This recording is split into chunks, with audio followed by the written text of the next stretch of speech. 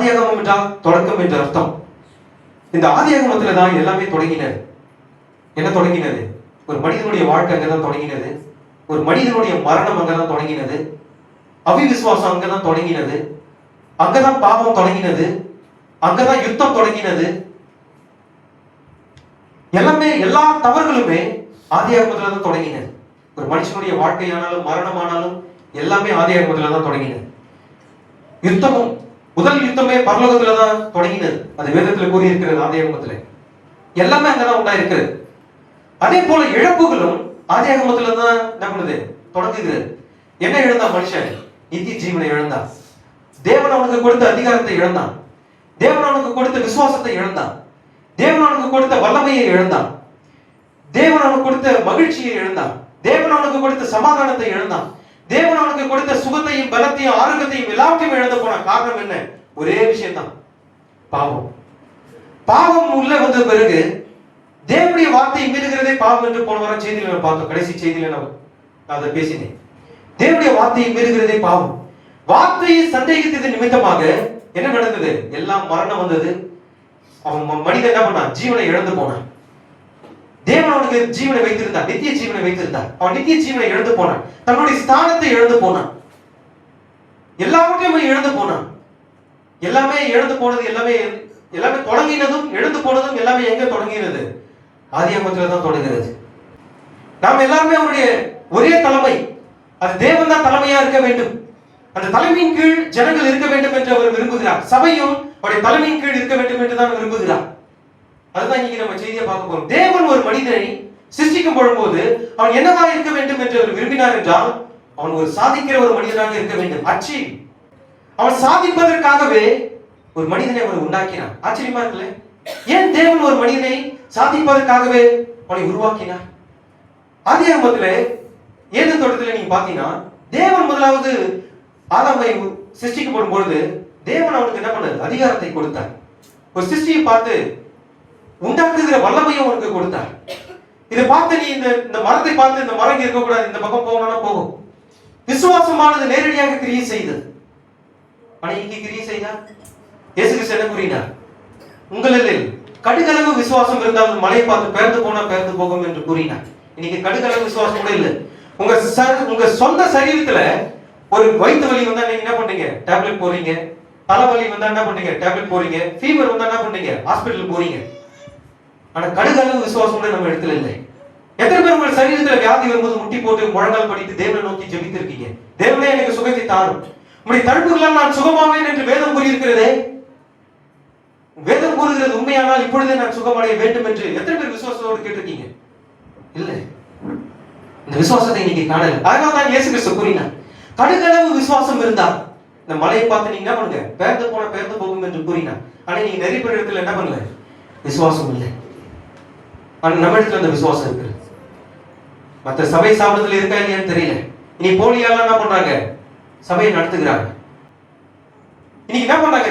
சபையானது பொய்யாய் நடந்து கொண்டிருக்கிறது. ஒரு சிடி கேசல் கொடுத்தா நல்லாயிடும், மைக்கு தொட்டவுடனே எல்லாம் அப்படியே விழுந்துருவாங்க, டச்சுன்னவுடனே எல்லாம் விழுந்துருவாங்க, அப்படியே போட்டு கட்டி விசிறு.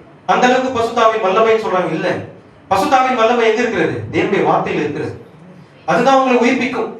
அதுதான் உங்களை மறுரூபமாக்கும். தேவனுடைய வருகை வரும்பொழுது அதுதான் ஆசீர்வாதத்தை கொண்டு வரும்.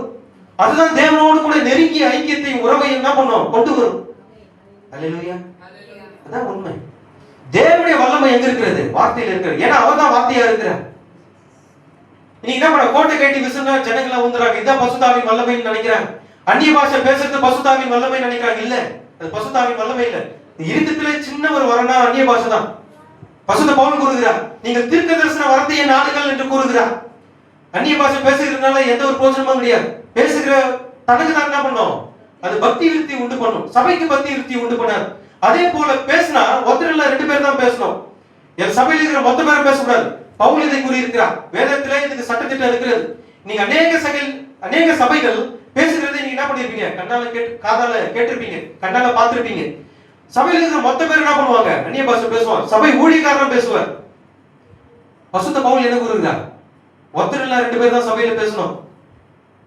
அதுக்கு வியாக்கியானம் கொடுக்கலன்னா பேசக்கூடாதுன்னு சொல்லிட்டு சொல்றாரு. இதுதான் சபையின் சட்டத்திட்டம், இதுதான் ஒழுங்கு. ஆனா நீங்க எப்படி பேசுறாங்க? எல்லாருமே சத்தம் போட்டு கத்துறாங்க.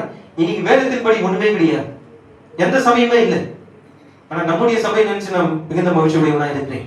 இது பசுத்த ஆவியின் வழிநடத்தலின்படி இந்த சபையானது போய்கொண்டு இருக்கிறது. அல்லேலூயா. எத்தனை பேர் அதை விசுவாசிக்கிறீங்க? ஒவ்வொரு முறை செய்தியில நீங்க அதை கவனிச்சிருப்பீங்க. பசுத்த ஆவியின் வல்லமையும் வெளிப்பாடுகளும் ரகசியத்தையும் சபைக்கு எப்படிப்பட்ட செய்தியை அவர் கொண்டு வந்து அளிக்கிறார் என்பதையும் கடைசி காலத்துக்கு அது பிரயோஜனமா இருக்கிறதா இல்லையா என்பதை நீங்கள் அறிந்திருப்பீர்கள். பசுத்த ஆவியானவர் உங்கள் மத்தியில் எவ்வளவாக இடைப்படுகிறார், எவ்வளவு நெருங்கி உங்களோடு கூட நெருங்கி வருகிறார் என்பதை நீங்க வார்த்தையும் செய்தியும் கவனிக்கும் போது உங்களால் புரிந்து கொள்ள முடியும். மனுஷனுடைய கண்களெல்லாம் அவர் பார்க்க முடியாது, ஆனா அவர் உங்களோடு கூட இருக்கிறது உங்களால உணர முடியும். ஒரு இருதயத்தில் உங்களால அதை உணர முடியும். ஒவ்வொரு முறையும் செய்தி பிரசங்கிக்கப்படும் பொழுது உங்களை என்ன பண்ணுவாங்க? ஒண்ணு, உங்களுடைய தவறுகளை எல்லாவற்றையும் கண்டித்து உணர்த்தும். உங்களுடைய பாவங்களை எல்லாவற்றையும் என்ன பண்ணுவோம்? கண்டித்து உணர்த்தும், சுட்டி காட்டும். உன்னிடத்துல என்ன குறை இருக்கிறது, உன்னிடத்துல என்ன தவறு இருக்கிறது, உன்னிடத்துல என்ன பாவம் இருக்கிறது, உன்னிடத்துல என்ன குறை இருக்கிறது, எல்லாத்தையும் சுட்டி காட்டும். அதான் பசுத்த ஆவியானவர். ஏனென்றால் பசுத்த ஆவியானவர் எப்படி இருக்கிறார்? வரும்போது அவர் பாவத்தை குறித்தும் நீதியை குறித்தும் நியாய தீர்ப்பத்தை குறித்தும் அவர் கண்டித்து உணர்த்துகிறார். அது எந்த மனுஷனா இருந்தாலும் என்னை பத்தி எனக்கு கவலை இல்லை. அது யாரா இருந்தாலும் சரி, அது நானா இருந்தாலும் சரி, பசுத்த ஆவியானவர் வரும்போது நமக்குள்ள இருக்கிற எல்லா பாவங்களையும் குறைகளையும் எல்லாவற்றையும் என்ன பண்றார்? சுட்டி காட்டி நீங்கள் திருந்துவதற்கான ஒரு வழியை கொடுக்கிறார். அது எப்படின்னா இந்த செய்தியிலிருந்து வார்த்தை மூலமாக தான். அல்லேலூயா. உங்களுக்கு வேற எந்த ஒரு வழியுமே கிடையாது. நீங்க திருந்தணும்னு நினைச்சீங்கன்னா எந்த வழியுமே கிடையாது. உங்களை திருத்தக்கூடிய ஒன்றே ஒன்று, அதான் கர்த்தருடைய வார்த்தை. கர்த்தருடைய வார்த்தை தான் உங்களை திருத்தும். கர்த்தருடைய வார்த்தை தான் உங்கள் பாவங்களை மன்னிக்கும். கர்த்தருடைய வார்த்தை தான் உங்களை தேவனோடு கூட நெருங்கின ஒரு ஐக்கியத்தை கொண்டு வரும். எந்த அளவுக்கு நீங்க தேவனோடு வார்த்தையோடு கூட நீங்க பிரயாசப்பட்டு ஜெபத்திலும் தேவனுடைய வார்த்தையிலும் நீங்க நிலைத்திருக்கும் போது தேவனோடு கூட என்ன பண்ணுவோம்? உங்களை நெருங்கிய ஒரு உறவை உங்களை என்ன பண்ணுவோம்? கொண்டு செல்லும். இப்ப பாருங்கள், தேவன் ஒரு மனிதனை உருவாக்கும் போது அவனை சாதிப்பதற்காகவே அவனை உருவாக்கினார். ஆனா இதுல ஒரு பிரச்சனை இருக்கு. என்ன பிரச்சனைனா, அவன் சொந்த முயற்சிகளின்படி அவன் சாதிக்க விரும்புகிறான். அதுதான் பெரிய தவறு. சொந்த முயற்சிகளின்படி அல்ல, தேவனுடைய வழிநடத்துதலின்படி. ஒரு மனிதன் சொந்த முயற்சிகளின்படி என்ன பண்ணான்? சாதிக்க விரும்புகிறான். அதனாலதான் போய் என்ன பண்றான்? பிரச்சனையில போய் மாட்டிக்கிறான். எப்பொழுதுமே நான் சொல்றேன், அடிக்கடி நான் உங்க இடத்துல சொல்கிறது ஒரே விஷயம் தான், நீங்கள் அவருடைய வழிக்கு வாருங்கள். உங்க சொந்த வழி இருக்கிற வரையிலும் தேவன் உங்களை என்ன பண்ண மாட்டார்? உங்களுக்குள்ளாக அவர் வரமாட்டார். தேவனுடைய திட்டம் உங்களுக்குள்ளாக நிறைவேறாது.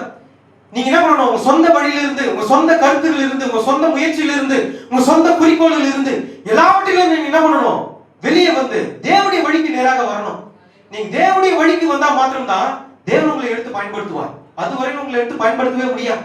நீங்க சொல்வீங்க நான் பசுத்த ஆவியை பெற்றுக்கொண்டேன். இல்ல, நீங்க பொய் சொல்றீங்க. நீ பசுத்த ஆவியை பெற்றுக்கொண்டேன் என்று கூறுவீங்க. ஆனா என்ன பண்ணுவீங்க? டீக்கல்ல நின்று சிகரெட் குடிச்சிட்டு இருப்பாங்க.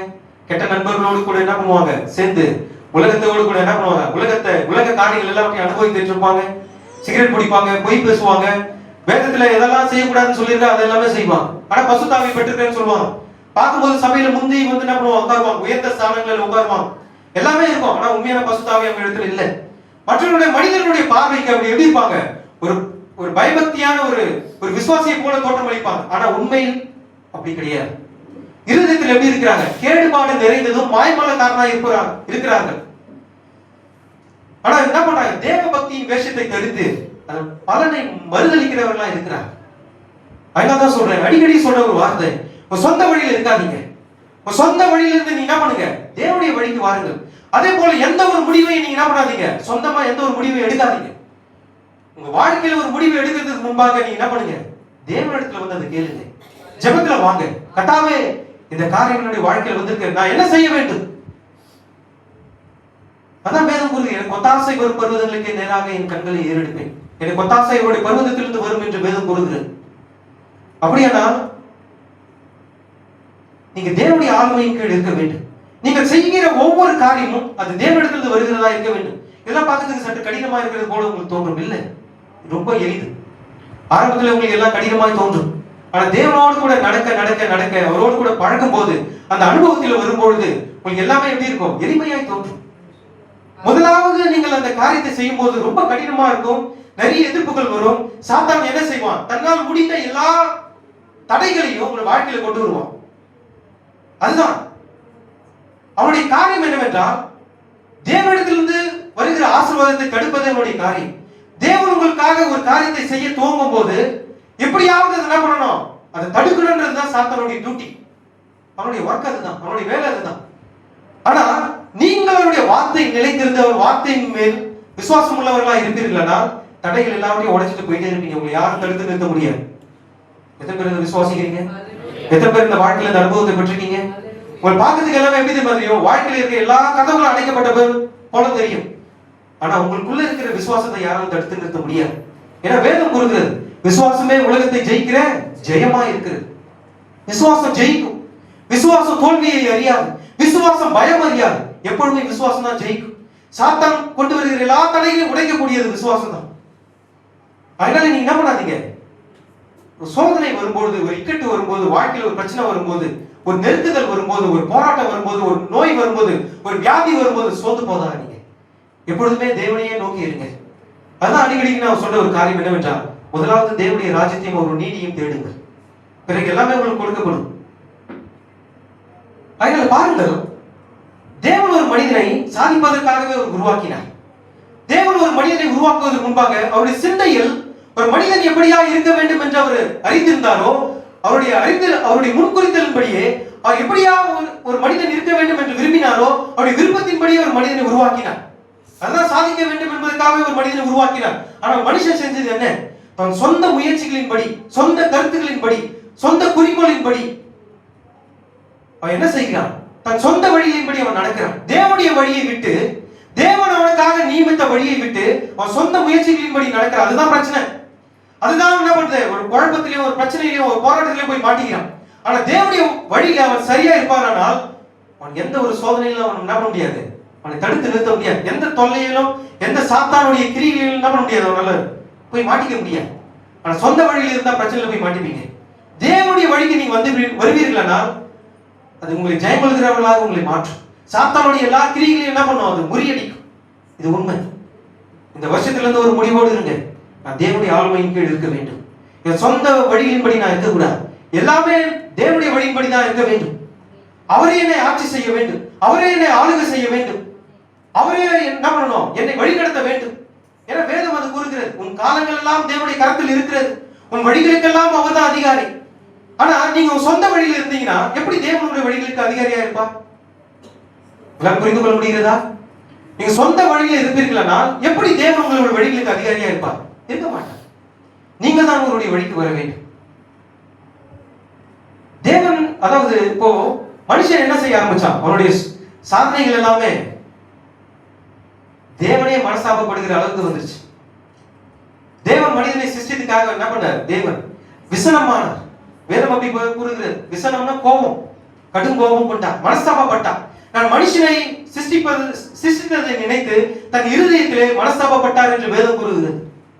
ஏனென்றால் அவன் சொந்த முயற்சிகளினால் என்ன பண்ணான்? அவன் வாழ்ந்து கொண்டிருந்த முழு பூமியையுமே அவன் கெடுத்து போட்டான். இது உண்மை.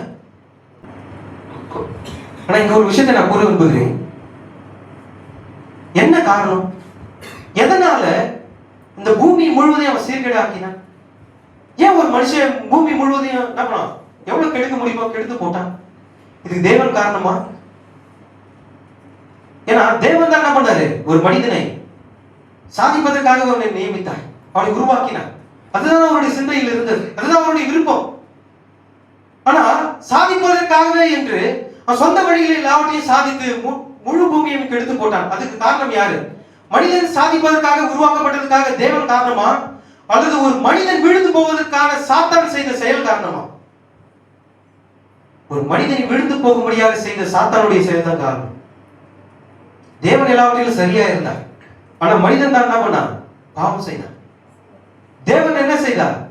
இந்த நன்மை தீமை அறியத்தக்கதான கனி நீ புசிக்க கூடாதுன்னு சொன்னார். நீ சாப்பிடறதுனால சாகவே சாவாய் என்று கூறினார். அது தேவனுடைய வார்த்தை.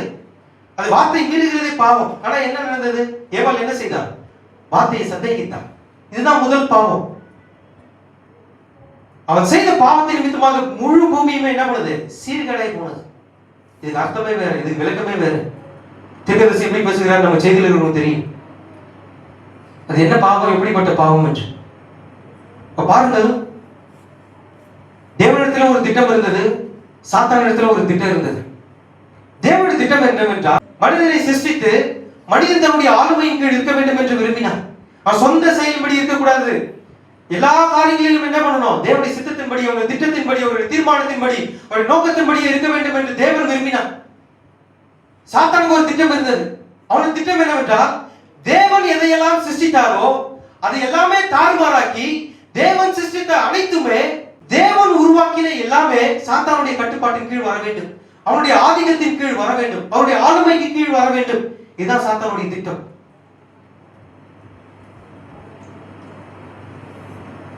நான் ஒரு விஷயம் சொல்றேன். இந்த பூமியில நீங்க செல்வ செழிப்புமா இருக்கணும், நீங்க ஆசீர்வாதமா இருக்கணும், உங்களுக்கு எந்த ஒரு குறையும் இருக்கக்கூடாதுன்னு நினைச்சீங்கன்னா, சாத்தானோட திட்டத்தின் கீழ் இருந்தா உங்களுக்கு எந்த குறையும் வராது. இதுதான் உண்மை. ஆமா, இதுதான் உண்மை. நீ சாத்தானுடைய திட்டத்தின் கீழ் இருந்தா, இந்த பூமியில இருக்கிற எல்லா செல்வங்களையும் உனக்கு கொடுத்துருவான். உனக்கு பணத்தை தருவான், நல்ல வேலையை தருவான், ரெட்டிப்பான மடங்கு ரெட்டிப்பான வருமானத்தை தருவான், செல்வ செழிப்புகளை தருவான், குடும்பத்தை ஆசீர்வதிப்பான், நீ நிறைய இடங்களை வாங்கி போடுவேன், பெரிய வீடு கட்டுவேன், எல்லாமே செய்வேன். என்ன காரணம்? நீ யாருடைய திட்டத்தின் கீழ் இருக்கிற, யாருடைய ஆளுமையின் கீழ் இருக்கிற? சாத்தானுடைய ஆளுமையின் கீழ் இருக்கிற. என்ன செய்தான்? ஒரு நாள் இயேசு கிறிஸ்து வனாந்திரத்துல 40 நாள் உபவாசம் இருக்கும்போது சாத்தான் என்ன செய்தான்? இயேசு கிறிஸ்துவை ஒரு உயரமான ஒரு ஸ்தலங்களில கொண்டு போய் நிறுத்தி, இந்த பூமியில இருக்கிற எல்லா ராஜ்யத்தையும் நீ பார், நீ என்னை தாழ விழுந்து நீ என்னை பணிந்து கொண்டால், இந்த பூமியில இருக்கிற எல்லா செல்வத்தையும் ராஜ்யத்தையும் என்ன பண்றேன்? உனக்கு தந்துடுறேன். சாத்தானுக்கு சொன்னா இல்லையா? அதுதான் உண்மை. இயேசு கிறிஸ்துவே அந்த நிலைமைனா நமக்கு என்ன நிலைமை பாருங்க. சற்றுக்குள்ள நீங்க நிதானித்து பாருங்க. இயேசு கிறிஸ்துவை உயரமான ஒரு ஸ்தலங்களில் கொண்டு போய், நீ என்னை காலில் விழுந்து பணிச்சுட்டா நீ என்ன பண்ணுவ? இந்த ராஜ்யத்தை எல்லாமே நான் உனக்கு கொடுத்துறேன், இந்த எல்லா செல்வத்தையும் உனக்கு நான் கொடுத்துறேன், எல்லா ஐஸ்வர்யத்தையும் நான் உனக்கு கொடுத்துறேன், எல்லா தேசத்தையும் உனக்கு கொடுத்துறேன், எல்லா ராஜ்யத்தையும் நான் உனக்கு கொடுத்துறேன். இயேசு கிறிஸ்து அந்த சோதனை வந்துதான் இல்லையா? சாத்தானுடைய திட்டத்தின் கீழ் நீங்கள் இருப்பீர்கள்னால் அவன் எல்லாமே உங்களுக்கு கொடுத்துருவான். ஆனா தேவனுடைய திட்டத்தின் கீழ் இருக்கும்போது எல்லாம் உங்களுக்கு கடினமாவே இருக்கிறது போல தோன்றும். ஏன்னா ஆபிரகாமுடைய வாழ்க்கையை பாத்தீங்களா? 25 வருஷம் விசுவாசத்திலே 25 வருஷம் காத்து கொண்டிருந்தான். எதற்காக? தேவனுடைய வாக்குத்தத்தம் நிறைவேறுவதற்காக. மனிதனுடைய வாழ்க்கை, நீங்க தேவனுடைய வழியில நீங்க நடக்கும்போது எல்லாம் கடினமா இருக்கிறது போல தோன்றும். ஆனா அது கடினம் அப்படின்னு நினைக்காதீங்க. தேவன் ஒரு வழிமுறையை வச்சிருக்கிறார். அந்த செய்தி எடுக்கும் போது அது வெளிப்பட்டது. என்னவென்றால், தேவன் உங்களை கொண்டு சாத்தானை ஜெயிக்க விரும்புகிறார். இதுதான் உண்மை. அல்லேலூயா. இதை எத்தனை பேர் விசுவாசிக்கிறீங்க? ஏனென்றால் தேவனுடைய திட்டத்தை சீர்குலைத்தது யாரு? சாத்தான். தேவனுடைய சிருஷ்டிப்பாகிய ஆதாமையும் ஏவாளையும் என்ன பண்ண? பாவத்தில் விழ வைத்தது யாரு? சாத்தான், பிசாசு, வலு சர்ப்பம். இந்த வலு சர்ப்பத்தை ஜெயிப்பதற்காக தேவன் என்ன பண்றாரு? தம்முடைய மனிதனை தெரிந்து கொண்டு அவருடைய ஆளுமையின் கீழ், அவருடைய திட்டத்தின் கீழ், அவருடைய வார்த்தையின் கீழ், அவருடைய சிந்தப்பட்ட ரத்தத்தின் கீழ் இருக்க வேண்டும் என்று என்ன பண்றாரு? எப்பொழுதுமே அவர் விரும்புகிறார். அதற்காக தான் என்ன பண்றார்? தேவன் ஒரு சிறு கூட்டத்தை தெரிந்து கொண்டார். எத்தனை பேர் என்னோட கூட இருக்கீங்க? அந்த சிறு கூட்டம் யாரு? ஆமென். அந்த வலு சர்ப்பத்தை கிழிக்கு போடும்போது என் கூட இருந்த அதே சிறு கூட்டம் தான் அந்த சபையார். அல்லேலூயா. இந்த வலு சர்ப்பத்துக்கும் நமக்கு தான் யுத்தம். இந்த பூமியிலே சாத்தானுக்கும் நமக்கு தான் யுத்தம். மனுஷனுக்கு மனுஷன் யுத்தம் கிடையாது, தேசத்துக்கு தேசம் யுத்தம் கிடையாது. அதெல்லாம் எப்படி இருக்கிறது? மாம்ச பிரகாரமா இருக்கிறது. ஆனா நாம எப்படி இருக்கிறோம்? மாம்சத்துக்குரிய யுத்தம் நமக்கு கிடையாது, ஆவிக்குரிய யுத்தம் நமக்கும் சாத்தானுக்கும் தான். அல்லேலூயா. ஆமா, கிறிஸ்தவ போராளிகளாகிய நமக்கும் சாத்தானுடைய கூட்டத்துக்கும் தான் நம்ம என்ன பண்ணுது? இப்பொழுது யுத்தமானது நடந்து கொண்டிருக்கிறது. நீங்க தேவனுடைய ஆளுமையின் கீழ் இருப்பீர்களா? சாத்தானை ஜெயிப்பீர்கள். சாத்தானை மாத்திரமல்ல, உலகத்தையும் உலகத்தில் உள்ளவைகளையும் சகல பாவத்தையும் சாத்தானையும் அவன் சேர்ந்த கூட்டத்தையும் நீங்க ஜெயிப்பீங்க. ஆனா உங்களுக்கு எல்லாமே கடினமா இருக்கிறது போல தோன்றும். ஆனா கடினம் அல்ல. உங்க சொந்த முயற்சிகளில் இருக்கிற வரைக்கும் எல்லாம் கடினமா தான் தோன்றும். வார்த்தையை கேட்டிருப்பீங்க, செய்தியை கேட்டிருப்பீங்க, ஞானஸ்தானம் இருப்பீங்க, ராபோசத்துல வந்திருப்பீங்க, எல்லாமே பண்ணிருப்பீங்க. ஆனா ஒரு சோதனை வரும்போது எல்லாம் கடினமா தோன்றும். அப்படி நினைக்காதீங்க. சோதனை எப்பொழுதுமே உங்களை என்ன செய்கிறது? தேவனோடு கூட நெருங்கிய ஒரு தொடர்பில், நெருங்கிய ஒரு ஐக்கியத்தில் உங்களை கொண்டு வருகிறது. சோதனையா உங்க வாழ்க்கையில வருகிறது. ஒன்று, 2 விதமான சோதனை இருக்கிறது. ஒன்று, ஒரு சுய இச்சைகளின்படி நீங்க என்ன பண்றீங்க? இழுக்கப்பட்டு சோதிக்கப்படுகிறீங்க. இன்னொன்று, தேவனுடைய வார்த்தை நிமித்தமாக சோதிக்கப்படுகிறீங்க. நீங்க உண்மையாகவே விசுவாசிதானா? தேவன் அதை சோதிக்கிறார். தேவனிடத்தில் முதலாவது சேருகிறவன் முதலாவது என்ன பண்ணணும்? சிட்சிக்கப்படணும், சோதிக்கப்படணும், புடமிடப்படணும். அடிக்கடி நான் கூறுகிறது அதுதான். வாழ்க்கையில் எல்லாமே கடினமாய் தோன்றும். எதற்காக? நீங்க தேவனுடைய ஆளுமையின் கீழ் இருக்கிறீங்களா இல்லையா என்பதை நிரூபிக்கப்படுவதற்காக. ஏன்னா சாத்தானை ஜெயிக்கணும்னா என்ன பண்ணுவது? சாதாரண விஷயம் கிடையாது. தீர்க்கதரிசி கூறுகிறது என்ன தெரியுமா? நீங்க வேதத்தை 50 முறை 100 முறை படிச்சிருக்கலாம். வேதம் முழுவதையும் நீங்க 100 முறை படிச்சு முடிச்சிருக்கலாம். ஆனா உங்களுக்கு தெரிந்ததை விட சாத்தானுக்கு வேதத்தை நல்லா தெரியும். ஏன்னா அவன் ஆதி காலத்துல இருந்து, ஆதி ஆகமத்துல இருந்தே அவன் இருக்கிறான். ஆதி ஆகமத்துல இருந்து எல்லா நிகழ்வுகளையும், தேவன் செய்த எல்லா வல்லமைகளையும், கிரியைகளையும் எல்லாத்தையும் அவன் அறிந்திருக்கிறான். நம்மளாம் இப்போ இந்த நம்ம ஒரு குறிப்பிட்ட காலத்துல தாய் கர்ப்பத்துல பிறந்து இந்த பூமியில வந்திருக்கிறோம். ஆனா சாத்தான் ஆதி முதல் கொண்டே இருக்கிறான். ஆதி ஆகமத்துல இருந்தே அவன் இருக்கிறான். உங்களை விட வேதம் அவனுக்கு நல்லாவே தெரியும். சாத்தானுக்கு எல்லாமே என்ன சொல்லுவான், சாத்தானை என் காலின் கீழ் போட்டு மிதிச்சிடுவேன், சாத்தானை இப்படி பண்ணிடுவேன் அப்படி பண்ணிடுவேன்னு சொல்லிடுவாங்க. ஆனா பசுத்த ஆவியின் ஆளுமையின் கீழ் இல்லாத வரையில் உங்களால் ஜெயிக்க முடியாது. சாத்தான் உங்களை வீழ்த்திடுவான். இதான் உண்மை. நீ பசுத்த ஆவியை பெறாவிட்டால் சாத்தான் உங்களை வீழ்த்தி விடுவான். பசுத்த ஆவியின் ஆளுமையின் கீழ் இருப்பீர்களானால், அந்த திரையினால் நீங்கள் கூடப்பட்டிருப்பீர்களானால் சாத்தான் உங்களை ஒன்றுமே செய்ய முடியாது. அல்லேலூயா. இதான் உண்மை. சாத்தான் உங்களை மேற்கொள்ள முடியாது. ஏனென்றால் இந்த ஜெயிக்கிறதுக்காக பிறந்திருக்கிறீர்கள். அல்லேலூயா. உலகத்தை ஜெயிக்கிறவங்க நீங்க தான். ஆனா எப்பொழுது? தேவனுடைய ஆளுமையின் கீழ் இருக்கும்போது தான். தேவன் அதுதான் விரும்புகிறார். நீங்க எல்லாருமே அவருடைய ஆளுகையின் கீழ் இருக்க வேண்டும் என்று விரும்புகிறார். உங்க சொந்த குறிக்கோள் படி, உங்க சொந்த தீர்மானத்தின்படி, உங்க சொந்த திட்டத்தின்படி, உங்களுடைய சொந்த கருத்தின்படி, உங்க சொந்த முயற்சிகளின்படி, உங்க சொந்த முடிவுகளின்படி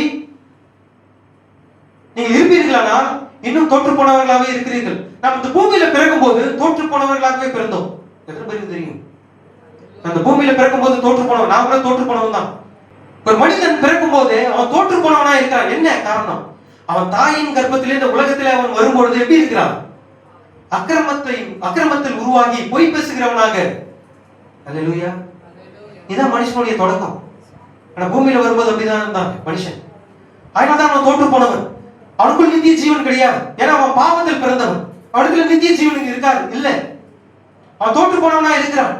எப்பொழுது நீங்கள் இயேசு கிறிஸ்துவின் சிந்தப்பட்ட ரத்தத்தின் கீழ் வருகிறீர்களோ அப்பதான் நீங்க என்ன பண்றீங்க? நித்திய ஜீவனை பெற்றுக் கொள்கிறீங்க. அப்பதான் உலகத்தை ஜெயிக்கிற ஜெயம் உங்கள் இடத்துல வருகிறது. அப்பதான் நீங்க என்ன பண்றீங்க? சாத்தானுக்கு எதிர்த்து நிக்கிறீங்க. இயேசு கிறிஸ்துவின் சிந்தப்பட்ட ரத்தத்தின் கீழாக நீங்கள் வராத வரைக்கும் சாத்தானை நீங்க என்ன பண்ண முடியாது? எதிர்த்து நிற்க முடியாது. அவன் உங்களை மேற்கொண்டு விடுவான். பாருங்கள், இங்க தேவனுடைய ஆளுமையின் கீழ் வரும்போது எல்லாமே கடினமா இருக்கும். கடினமாக தோன்றலாம். ஆனா நீங்க விசுவாசத்தில் உறுதியாக நிலைத்து நின்று நீங்க என்ன பண்ணணும்? நீங்க யார் என்பதை நீங்க என்ன பண்ணணும்? நிரூபிக்கணும். இப்பொழுது பாருங்கள், தேவன் தனக்கென்று ஒரு கூட்டத்தை வைத்திருக்கிறார். எதற்காக என்றால் சாத்தானை எதிர்த்து நிற்பதற்கும் அவனுடைய வல்லமைகள் என்ன பண்ணணும்? தோற்கடிக்கணும். சாத்தானுக்கு ஒரே ஒரு வல்லமை தான் உண்டு, அதுதான் மரணம். மரணம் தான் அவனுடைய வல்லமை. நம்ம இடத்துல என்ன இருக்கிறது? விசுவாசம். அதுதான் நமக்கு வல்லமை. எது மேல விசுவாசம்? வார்த்தையின் மேல் விசுவாசம். சாத்தான் உங்கள் சரீரத்தை தொட முடியும், ஆனா உங்களுக்குள்ள இருக்கிற வார்த்தையை தொட முடியாது. சபையை வேணா அவனால் தோற்கடிக்க முடியும், ஆனா தேவனுடைய வார்த்தையை அவனால் தோற்கடிக்க முடியாது. சபை என்றால் ஒரு மடியினால் கட்டப்பட்ட இந்த 4 சவறு கிடையாது. சபை என்றால் நீங்க தான் சபை. ஏன்னா உங்களுடைய சரீரமே தேவனுடைய ஆலயமா இருக்கிறது என்று பரிசுத்த பவுல் கூறுகிறார். இப்ப புரியுதா? இந்த சரீரத்தை அவனால் தோற்கடிக்க முடியும், ஆனா உங்களுக்குள்ள இருக்கிற வார்த்தையை அவனால் தோற்கடிக்க முடியாது. இந்த சரீரத்தை அவனால் என்ன முடியும்? எரிக்க முடியும், கொல்ல முடியும், கொலை செய்ய முடியும், எரிச்சு உங்களை சாம்பலோட மண்ணோட மண்ணாக்க முடியும். எல்லாமே சாத்தானால செய்ய முடியும். ஆனா உங்களுக்குள்ள இருக்கிறது பேர் வார்த்தை. அந்த வார்த்தையை அவனால் தோற்கடிக்கவே முடியாது. ஏன்னா வார்த்தை என்றென்றுமாய் ஜீவிக்கும். வானம் பூமி ஒழிந்து போனாலும் அவரோட வார்த்தை என்ன பண்ணாது? ஒழிந்து போக. அந்த வார்த்தை உங்களுக்குள்ளாக இருந்தால் நீங்களும் ஒழிந்து போக மாட்டீங்க. ஆனா நம்ம எல்லாம் நித்திய ஜீவனை பெற்றவர்கள், அதை மறந்துடாதீங்க. பாருங்கள், தேவனுக்கு ஒரு சிறு கூட்டம் இருக்கிறது. இந்த சிறு கூட்டம் தான் என்ன பண்ணும்? சாத்தானை ஜெயிக்க போகிறது. பூமியானது ஜனத்தினால் அழிவதற்கு முன்பாக தேவன் மனிதனோடு கூட போராடினார். எதற்காக? அவன் சொந்த வழியிலிருந்து அவன் என்ன பண்ணணும்? தேவனுடைய ஆளுமையின் கீழ் வர வேண்டும் என்பதற்காக தேவனோடு கூட போராடினான். எப்படியாவது என்ன பண்ணணும்? தன்னுடைய சிருஷ்டியை தன்னிடத்தில் திரும்ப வேண்டும் என்பதற்காக தேவன் மனிதனோடு கூட யுத்தம் பண்ணினார். அவர் போராடினார். அப்பொழுது கர்த்தர், நான் சிருஷ்டித்த மனுஷனை பூமியின் மேல் வைக்காமல் மனுஷன் முதற்கொண்டு மிருகங்கள், ஊரும் பிராணிகள், ஆகாயத்து பறவைகள் பரியந்தமும் உண்டாயிருக்கிறவைகளை நிக்கிரகம் பண்ணுவேன். நான் அவர்களை உண்டாக்கினது எனக்கு மனஸ்தாபமாய் இருக்கிறது என்றார். எல்லாத்துக்குமே காரணம் என்ன? மனுஷன் தான் காரணம். அவனுடைய யோசனைகள் எப்படி இருக்கிறது? நித்தமும் பொல்லாதவைகளே என்று எழுதியிருக்கிறது. அவன் தேவனுடைய வார்த்தைக்குள்ளாக அவன் வரல. தேவனுடைய வார்த்தையை புறக்கணித்தான். தேவன் அவனுக்காக நியமித்த வழியை அவன் புறக்கணித்ததுனாலே பூமி முழுவதையும் அவன் என்ன பண்ணான்? கெடுத்து போட்டான். பூமி முழுவதும் சிறுகடாய் போறதுக்கு காரணமே மனிதனுடைய சொந்த வழிகள் தான். எப்பொழுதுமே ஒரு மனிதன் ரட்சிக்கப்படுவதற்கு தேவன் ஒரு வழியை வைத்திருக்கிறார். இதான் உண்மை. தேவன் எப்பொழுதும் ஒரு மனிதனை ரட்சிப்பதற்கு ஒரு வழி வைத்திருக்கிறார். ஆனால் எப்பொழுது அந்த மனிதன் தேவன் அவனுக்கு அளித்த வழியை அவன் புறம்பாக்குகிறானோ, நிராகரிக்கிறானோ, ஏற்றுக்கொள்ளாமல் போகிறானோ, அப்பொழுது அவன் எங்க போகிறான்? நியாயத்திற்கு போகிறான், மரணத்துக்கு போகிறான், அவன் பாதாளத்துக்கு போகிறான், நரகத்துக்கு போகிறான். எல்லா மனுஷனும் ரட்சிக்கப்படுவதற்கு ஒரு வழி உண்டு. கர்த்தர் எந்த வழியாவது வந்து என்ன பண்ணுவாரு? நம்முடைய சத்தியத்தையும் சுவிசேஷத்தையும் அறிவிப்பான். நீ அதை ஏற்றுக்கொள்வதை ஏற்றுக்கொள்ளாமல் போவதுடைய கரத்தில் இருக்கிறது. ஏன்னா மனுஷனிடத்துல தேவன் என்ன செய்கிறாரு? தேவன் மனிதனோடு கூட உடன்படிக்கை பண்ணும்போது விருப்பத்தை வச்சுட்டார். ஏன்னா மனுஷன் வந்து தேவனுடைய வார்த்தையின்படி அவன் என்ன பண்ணல? செவி கொடுக்கிறது இல்லை. தேவனுடைய கட்டளையின்படி அவன் கீழ்ப்படுகிறது இல்லாததுனாலே தேவன் என்ன செய்தார்? விருப்பத்தை வைத்தார். நீ நித்திய ஜீவனுக்கு போகிறது உன்னுடைய விருப்பம் தான், மரணத்துக்கு போகிறது உன் விருப்பம் தான். நீ நரகத்துக்கு போகணுமா இல்ல நித்திய ஜீவனுக்கு போகணுமா? விருப்பம் அங்க இருக்கிறது. நீ தேவனுடைய ஆளுகையின் கீழ் இருக்க வேண்டுமா அல்லது பிசாசின் ஆளுகை கீழ் இருக்க வேண்டுமா? இது உன்னுடைய கருத்தில் இருக்கிறது. நீ செய்திக்குள்ளாக வர வேண்டுமா வராமல் போக வேண்டுமா? இது உன்னுடைய கீழ் இருக்கிறது. எல்லாமே உங்களுடைய விருப்பத்தின்படி தான் இருக்கிறது. நீங்க பரலோகத்துக்கு போகணுமா வேணாமா? எல்லாமே உங்களுடைய விருப்பம் தான். அதுதான் நீங்க வெளிப்படுத்தின சுவிசேஷத்துல பசுத்தாவியானவர் அங்க என்ன கூறுகிறார் என்றால், ஆவியும் மனவாட்டியும் வா என்று கூப்பிடுகிறார்கள். விருப்பம் உள்ளவன் எவனோ, இதுதான் வேதம் கூறுகிறது. கடைசி கால சுவிசேஷம் இதுதான். கடைசி கால சுவிசேஷம் இதுதான். விருப்பம் உள்ளவன் எவனோ. ஏன்னா தேவன் என்ன செய்ய போகிறார்? கதவை அடைக்க போகிறார். கதவை அடைக்கக்கூடிய நேரம் இருக்கிறது. தேவன் யாருமே கட்டாயப்படுத்தல. நீ வந்துதான் அவனு தேவன் என்ன பண்ணல? உள்ள கட்டாயப்படுத்தல. தேவன் விருப்பத்தை வச்சிட்டார். தேவனுடைய வார்த்தையை முன்னாடி வச்சிட்டார். தேவனுடைய செய்தியை உங்களுக்கு கொடுத்துட்டார். நீ அதை கேட்பதும் கேட்காமல் போவதும், செய்தியை ஏற்றுக்கொள்வதும் ஏற்றுக்கொள்ளாமல் போவதும், சுவிசேஷத்தை அங்கீகரிப்பதும் அங்கீகரியாமல் போவதும் உங்களுடைய கரம் தான். உன் நித்திய ஜீவன் வேணும்னா உள்ளவா, நித்திய ஜீவன் வேணும்னா நீ வெளியே போயிடு. இதுதான் தேவன் ஒரு விருப்பத்தை வச்சிட்டார். சொந்த முயற்சிகளில் இருக்கிற வரைக்கும் உங்களுக்கு தோல்விதான். உங்க செய்தியை நான் ஸ்கிப் பண்ணிட்டு போறேன், ஏன்னா போதுமான நேரம் இல்லை. ஆனா தேவன் இப்பொழுது போராடுகிறது கிடையாது. ஏன்னா அப்பவே சொல்லிட்டார் ஆதியாகமத்துல, இனி என்னுடைய ஆவி மனிதனோடு கூட போராடுவதில்லை, இனி யுத்தம் பண்ணுவதில்லை என்று தேவன் கூறிட்டார். ஆனா இப்பொழுது என்ன செஞ்சிட்டு இருக்காரு? முயற்சி செஞ்சிட்டு இருக்காரு. போராடாம முயற்சி செஞ்சிட்டு இருக்காரு. செய்தி உங்களுக்கு கொடுக்கிறாரு, வார்த்தையை கொடுக்கிறாரு, வெளிப்பாடுகளை கொடுக்கிறாரு, நம்ம சத்தியத்தை உங்களுக்கு கொடுக்கிறாரு. எல்லாவற்றின் மூலமாக என்ன பண்றாரு? தேவன் தம்முடைய முயற்சிகளையும் கிருபைகளையும் இரக்கத்தையும் தயவையும் என்ன பண்றாரு? மனிதன் மேல் காண்பித்து நீங்கள் நித்திய ஜீவனை அடையும்படிக்காக என்ன பண்றாரு? தேவன் ஒரு வழியை காண்பிக்கிறார். ஆனா நீ அதை ஏற்றுக்கொள்வது ஏற்றுக்கொள்ளாமல் போவது உங்களுடைய கருத்துல தான் இருக்கு. தேவன் முயற்சியை கைவிடுகிறது இல்லையா? ஏனென்றால் தேவன் எப்பொழுதும் என்ன பண்றாரு? தன்னுடைய சிருஷ்டி முழுவதையும் தன்னுடைய ஆளுகையின் கீழ் இருக்க வேண்டும் என்று விரும்புகிறார். ஆனா மனுஷன் என்ன பண்றான்? தேவனுடைய ஆளுமையின் கீழ் இல்லாமல் தன்னுடைய சொந்த விருப்பத்தின்படி, தன்னுடைய சொந்த முயற்சிகளின்படி, தன்னுடைய சொந்த தீர்மானத்தின்படி, சொந்த கருத்துக்களின்படி, சொந்த முடிவுகளின்படி அவன் நடக்க முயற்சிக்கிறதுனாலதான் என்ன பண்றான்? தேவனுடைய வழியை நிராகரிக்கிறான். ஆனா தேவன் என்ன செய்கிறார்? நீ எப்படியாவது இந்த செய்திக்குள்ள வரணும். அதான் வெளிப்படுத்தின சுவிசேஷத்துல இந்த கடைசி சபையின் காலத்துக்கு என்ன பண்ணுது? இந்த செய்தியான கொடுக்க என்ன பண்ணிருக்கிறார்? தேவன் வாசற்படியில் நின்று கதவை தட்டி கொண்டு இருக்கிறார். ஒருவன் என் சத்தத்தை கேட்டு, சத்தத்தை கேட்பதும் கேட்காம போவதும் உங்களுடைய விருப்பம் தான். தேவன் செய்தியை கொடுக்கிறார், சுவிசேஷத்தை கொடுக்கிறார். நீ அதை கேட்பதும் கேட்காமல் போவதும் உங்களுடைய விருப்பம் தான். பாவியாகிய ஒவ்வொரு மனிதனுடைய இருதயத்தை தட்டி கொண்டு இருக்கிறார். இந்த செய்தியில் இல்லாத ஒவ்வொரு மனிதனையும் இருதயத்தின் கதவை தட்டி கொண்டு இருக்கிறார். நீ அந்த சத்தத்தை கேட்டு கதவை திறப்பதும் திறக்காமல் போவதும் உங்களுடைய விருப்பம் தான். ஏன்னா தேவன் வந்திருக்கிறார் அவருடைய இருதயத்தின் கதவுல. நீ அவருடைய சத்தத்தை கேட்டு கதவை திறந்தா இப்பொழுது அவர் என்ன செய்வார்? அவருடைய ஆவியினால உங்களை நிரப்புவார், அவருடைய வார்த்தையினால உங்களை நிரப்புவார், அவருடைய அபிஷேகத்தினால உங்களை நிரப்புவார், அவருடைய ஆசீர்வாதங்களினால நன்மைகளினால என்ன பண்ணுவாரு? உங்களுடைய வாழ்க்கையை நிரப்புவார், உங்களுடைய தேவைகள் எல்லாம் அவர் சந்திப்பார். ஆனா அவருடைய சத்தத்தை கேட்காம போனா, தேவன் வந்து உங்களுடைய கதவை இருதயத்தின் கதவை தட்டும் போது அவருடைய சத்தத்தை நீங்க கேட்காம போனா அவ்வளவுதான், நித்திய ஜீவனை இழந்துருவீங்க. நித்திய ஜீவனை நீங்க என்ன பண்ணுவீங்க? ஆமா, தொலைச்சிருவீங்க. இப்போ ஆதியாகமம் 11ஆம் இப்பதான் செய்திக்குள்ளாக வரும். இதெல்லாமே ஒரு இன்ட்ரோடக்ஷன் தான். இப்ப செய்திக்குள்ளாக வருவோம். ஆதியாகமம் 11ஆம் அதிகாரம் 2ஆம் வசனத்தை வாசிங்க.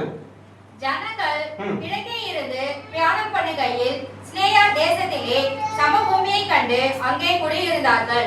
மனிதன் கிழக்கு திசையிலிருந்து கிழக்கே இருந்து பிரயாணம் பண்ணுகையில் சினேயா தேசத்திலே சமபூமியை கண்டு அங்கே குடியிருந்தார்கள். பாருங்கள், ஜனங்கள் என்ன பண்ணாங்கன்னா, நீங்க அந்த அதிகாரம் முழுவதும் நம்ம என்ன பண்ணோம்? செய்தி முன்னாடி நம்ம வாசிச்சோம். நல்லா நீங்க இங்க கவனிக்க. ஜனங்கள் என்ன பண்ணாங்க? ஒரே பாஷை இருந்தது. ஜனங்கள் எல்லாம் ஒரே ஒண்ணா இருந்தாங்க. ஒரே பாஷை தான், பூமியில் முழுவதும் ஒரே பாஷை தான் இருந்தது. ஜனங்கள் எல்லாம் ஒன்றா இருந்தார்கள். அவர் என்ன பண்ணாங்க? கிழக்கு திசையிலிருந்து இருந்தார்கள். இந்த சினையார் என்ற பள்ளத்தாக்கு செழிப்பாக இருந்தது. ஜனங்கள் என்ன பண்ணாங்க? அங்கே ஒன்றாக கூடினார்கள். இப்ப நீங்க ஆதியாகமம் 11ஆம் அதிகாரம் 4ஆம் வசனத்தை வாசிங்க. பின்னும் அவர்கள், நாம் பூமியின் மீதெங்கும் சிதறி போகாதபடிக்கு நமக்கு ஒரு நகரத்தையும் வானத்தை அளவும் சிகரமுள்ள ஒரு கோபுரத்தையும் கட்டி நமக்கு பேர் உண்டாக பண்ணுவோம் வாருங்கள் என்று சொல்லிக் கொண்டார்கள். பாருங்கள், ஜனங்கள் எல்லாம் ஒரே மனதா ஒரே ஐக்கியத்தோடு கூட இருந்தான். தேவன் அதுதான் விரும்பினார். தேவன் என்ன விரும்பினார் என்றால், அவருடைய திட்டம் என்னவென்றால், மனிதர்களாகிய நாம் ஒன்றாய் இருக்க வேண்டும். எப்படி ஒன்றாய் இருக்க வேண்டும்? தேவனுடைய ஆளுமையின் கீழ் ஒன்றாய் இருக்க வேண்டும். ஆனால் எப்பொழுது நம்மளுடைய ஆளுகையின் கீழ் நாம் இருக்கிறோம். அல்லேலூயா. உங்களுக்குள்ள இருக்கிற ஆவி வேற, எனக்குள்ள இருக்கிற ஆவி வேற அப்படி கிடையாது. உங்களுக்குள்ள இருக்கிற விசுவாசம் எனக்குள்ள இருக்கிற விசுவாசம் அப்படி கிடையாது. எல்லாம் ஒரே விசுவாசம் தான். நீங்க பெற்ற ஞானஸ்தானம் வேற, நான் பெற்ற ஞானஸ்தானம் வேற இல்ல, அப்படி கிடையாது. எல்லாம் ஒரே ஞானஸ்தானம். அதான் பரிசுத்த பவுல் சொல்கிறார், நம்ம எல்லாம் எப்படி இருக்கிறோம்? ஒரே நாமத்தினாலே, ஒரே ஞானஸ்தானத்தினாலே, ஒரே ஆவியினாலே, ஒரே சரீரமாக ஞானஸ்தானம் பண்ணப்பட்டோம். அல்லேலூயா. இப்பொழுது ஒரே வார்த்தையினாலே, ஒரே செய்தியினாலே ஒருமனப்பட்டவர்களாய் இப்பொழுது கிறிஸ்துவுக்குள்ளாக தேவனுடைய தலைமையின் கீழ் நாம் இருக்கிறோம். அல்லேலூயா. நம்ம மத்தியிலே பிரிவினை கிடையாது. நீங்க வேற நான் வேற கிடையாது. நீங்க வேற நான் வேற, எந்த ஒரு ஏற்றத்தாழ்வும் கிடையாது. எல்லாமே ஒருமனதா இருக்கிறோம். தீர்க்கதரிசி அதான் கூறுகிறார், உங்களில் பெரியவன் ஒருவன் சிறியவன் ஒருவன் என்பது எப்பவுமே கிடையாது. தேவனுடைய பார்வையில் எல்லாருமே சமம்தான். வாசித்தது போல ஜனங்கள் எல்லாமே சிதறி போகாதபடிக்கு நம்ம எல்லாம் நமக்கு ஒரு நகரத்தையும் வானத்தை எல்லாமும் சிகரம் உள்ள ஒரு கோபுரத்தையும் கட்டி நமக்கு பேர் உண்டாக்க பண்ணுவோம் வாருங்கள். யாருமே நீங்க சிதறி போகாதீங்க. நம்ம எல்லாம் ஒருமனதா இருந்து நம்ம என்ன பண்ணுவோம்? ஒரு வானளவு உயர்ந்த ஒரு பெரிய கட்டடத்தை கட்டுவோம். அந்த கட்டடத்துக்கு பேர் தான் பாபேல் கோபுரம். இந்த செய்தியில் நான் உங்களுக்கு சொல்றேன் பாருங்க. இந்த பாபேல் கோபுரம், இந்த நிம்ரோத் அவனுடைய காலத்துல தான் என்ன பண்ணுச்சு? இந்த காரியங்கள் எல்லாமே தொடங்கின. ஒரு விக்கிரக ஆராதனை முதல் முறையாக தொடங்கப்பட்ட இடம் இந்த ஆதியாகமத்துல தான். இந்த பாபேல் கோபுரம், இங்க இந்த நிம்ரோத் தான் இது எல்லாமே காரணம். நீங்க நினைக்கிறீங்க ஆபிரகாம் எப்படி இருந்தான்? ஒரு விக்கிரக ஆராதனை செய்கிறவனா இருந்தான். அவருடைய தகப்பன் விக்கிரக ஆராதனை செய்கிறவன் தான். பாருங்கள், எல்லாமே என்ன பண்ணாங்க? ஒரு மனதா இருந்து. யாரும் நீங்க என்ன பண்ணாதீங்க, சிதறி போகாதீங்க. நம்ம பேர் உண்டாக பண்ணும் அளவிற்கு நம்ம என்ன பண்ணுவோம்? பெரிய ஒரு கோபுரத்தை கட்டுவோம், வானளவு உயரம். தேவன் அதுதான் விரும்பினார். என்ன விரும்பினார்னா, ஜனங்கள் எல்லாமே எப்படி இருக்கணும்? ஒரு மனதா ஐக்கியப்பட்டு எல்லாம் ஒண்ணா இருக்கணும். தேவனுடைய ஆளுமையின் கீழ் இருக்க வேண்டும் என்று தேவன் விரும்பினார். ஆனா இங்க என்ன நடந்தது? இவர்கள் ஒரு தவறான ஆளுமையின் கீழ் இருந்தார்கள். ஒரு மனிதனுடைய ஆளுமையின் கீழ் இருந்தார்கள். இவர் யாரு? நிம்ரோத் என்ற ஒரு மனிதனுடைய ஆளுமையின் கீழ் இருந்தார்கள். நிம்ரோத் என்ன சொன்னா? நம்ம எல்லாமே சிதறி போகாதபடிக்கு ஒன்னா இருந்து வானளவு உயரமான ஒரு பெரிய ஒரு பாபேல் கோபுரத்தை கட்டி நம்ம என்ன செய்வோம்? நமக்கு பேர் உண்டாக்க பண்ணுவோம். இந்த நிமித்தமாகத்தான் தேவன் என்ன செய்தார்? முதலாவது ஜலத்தினால் பூமியை அழித்தார். திரும்பமாக மனுஷன் என்ன பண்றான்? திரும்பமாக தேவனுடைய திட்டத்துக்கு விரோதமாக எழும்பி தேவனுடைய வழியை நிராகரித்து, தேவன் அவனுக்காக உண்டாக்கப்பட்ட வழியை நிராகரித்து அவன் சொந்த முயற்சிகளின்படி என்ன பண்றான்? ஒரு பெரிய ஒரு கோபுரத்தை கட்டணும். நம்ம எல்லாம் ஒரே ஜனமா இருக்கணும், ஒரே பாஷையா இருக்கணும். நீ என்ன பண்ணக்கூடாது? சிதறி போக கூடாது. பாருங்க, ஜனங்கள் எல்லாமே யாருடைய? ஜனங்கள் எல்லாருமே ஒரு தவறான ஒரு ஆளுமையின் கீழ் இருந்தார்கள். ஒரு மனிதனுடைய ஆளுமையின் கீழ் இருந்தார்கள். இன்னைக்கு பூமியும் அப்படிதான் போய் கொண்டு இருக்கிறது. ஒரு மனிதனுடைய ஆளுமையின் கீழ் தான் போய் கொண்டு இருக்கிறது. மனுஷன் என்ன செய்வான்? அவனும் நம்மளை போல ஒரு மனுஷன் தான். நம்ம எப்படி சிந்திக்கிறோமோ அதே போலதான் அவனும் சிந்திப்பான். நீ சிந்திக்கிறது போலதான் அவனும் சிந்திப்பான். அவன் என்ன செய்கிறான்? சொந்த ஞானத்தின்படி, சொந்த அனுபவங்களின்படி, சொந்த கருத்துக்களின்படி ஒரு ஜனக்கூட்டத்தை நடத்துகிறான். மனிதன் என்ன பண்றான்? மனிதனை ஆளும்படியாக ஒரு ஆளுமையை தெரிந்து கொண்டான். ஆனா தேவனுடைய ஆளும்படியாக என்ன பண்ணல தெரியல. மனிதன் தேவனுடைய ஆளுமையை ஏற்றுக்கொள்வது கிடையாது. இனி சபையும் தேவனுடைய ஆளுமையை புறக்கணித்தது. எதுவுமே தேவனுடைய ஆளுகையின் கீழ் இல்லை. எல்லாம் சொந்த கருத்துக்களின்படி எப்படி இருக்கிறாங்க? பைபிள் காலேஜ் போறாங்க, பிடிஎச், டிடிஎச், தியாலஜி எல்லாத்தையும் படிக்கிறாங்க. மனிதனுடைய அறிவு, மனிதனுடைய கோட்பாடு எல்லாமே அங்க என்ன பண்ணுது? பிரசங்கிக்கப்படுகிறது. அந்நிய பாஷை எப்படி பேசணும் சொல்லி கொடுக்குறாங்க. இது தவறு. தீர்க்கதரிசனம் எப்படி பேசுறாங்க அது கூட சொல்லி தராங்க. இல்ல, அந்நிய பாஷை எப்படி பேசணும்? மனிதன் என்ன பண்றான்? கற்பித்து கொடுக்குறான். இப்படிதான் பேசணும். ரிகா பாலா லாபா ராபா ஒண்ணுமே புரியாது. பாய்க்கு வந்ததுல அடிச்சு விடுவான். அவனே கேட்டா அதுக்கு என்ன அர்த்தம் கேட்டா அவனுக்கே தெரியும். இது பாஸ்டா யாரா நீங்க அதை பத்தி கவலை கிடையாது. தேவனுடைய வார்த்தை ஒண்ணுதான், அதுதான் சத்தியம். அது யாரா இருந்தாலும் அந்த சட்ட திட்டம் ஒண்ணுதான். தேவன் தான் சபையை ஆள வேண்டும். தேவன் தான் சபையை வழிநடத்த வேண்டும். ஆனால் இன்று எப்படி இருக்கிறது? மனிதனுடைய கோட்பாடுகளின்படி, பைபிள் காலேஜினுடைய அறிவின்படி தான் என்ன பண்றாங்க? இயேசு கிறிஸ்து வரும்போது பேதுரு பார்த்து நீ என்ன பண்ண, பைபிள் காலேஜ்ல படிச்சுட்டு வா, அதுக்கப்புறம் வந்து ஊழியம் செய்ய நான் சொன்னாரு? யாருமே படிக்காதவங்க, கையெழுத்து கூட போட தெரியாது. நீங்க ஒரு பைபிள் எடுத்து குடிச்சீங்கன்னா, பைபிள் எடுத்து கொடுத்தீங்கன்னா படிக்க தெரியாது. சாதாரண ஒரு புக் எடுத்து கொடுத்தீங்கன்னா படிக்க தெரியாது.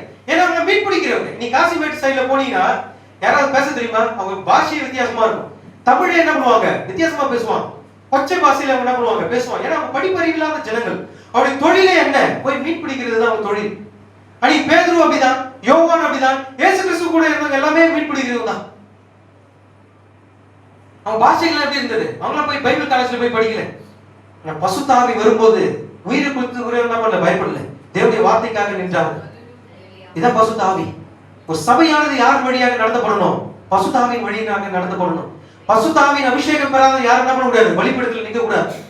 பசுத்த ஆவியின் அபிஷேகம் பெறாத யாரும் என்ன பண்ண கூடாது, வேதத்தை எடுத்து போதிக்க கூடாது.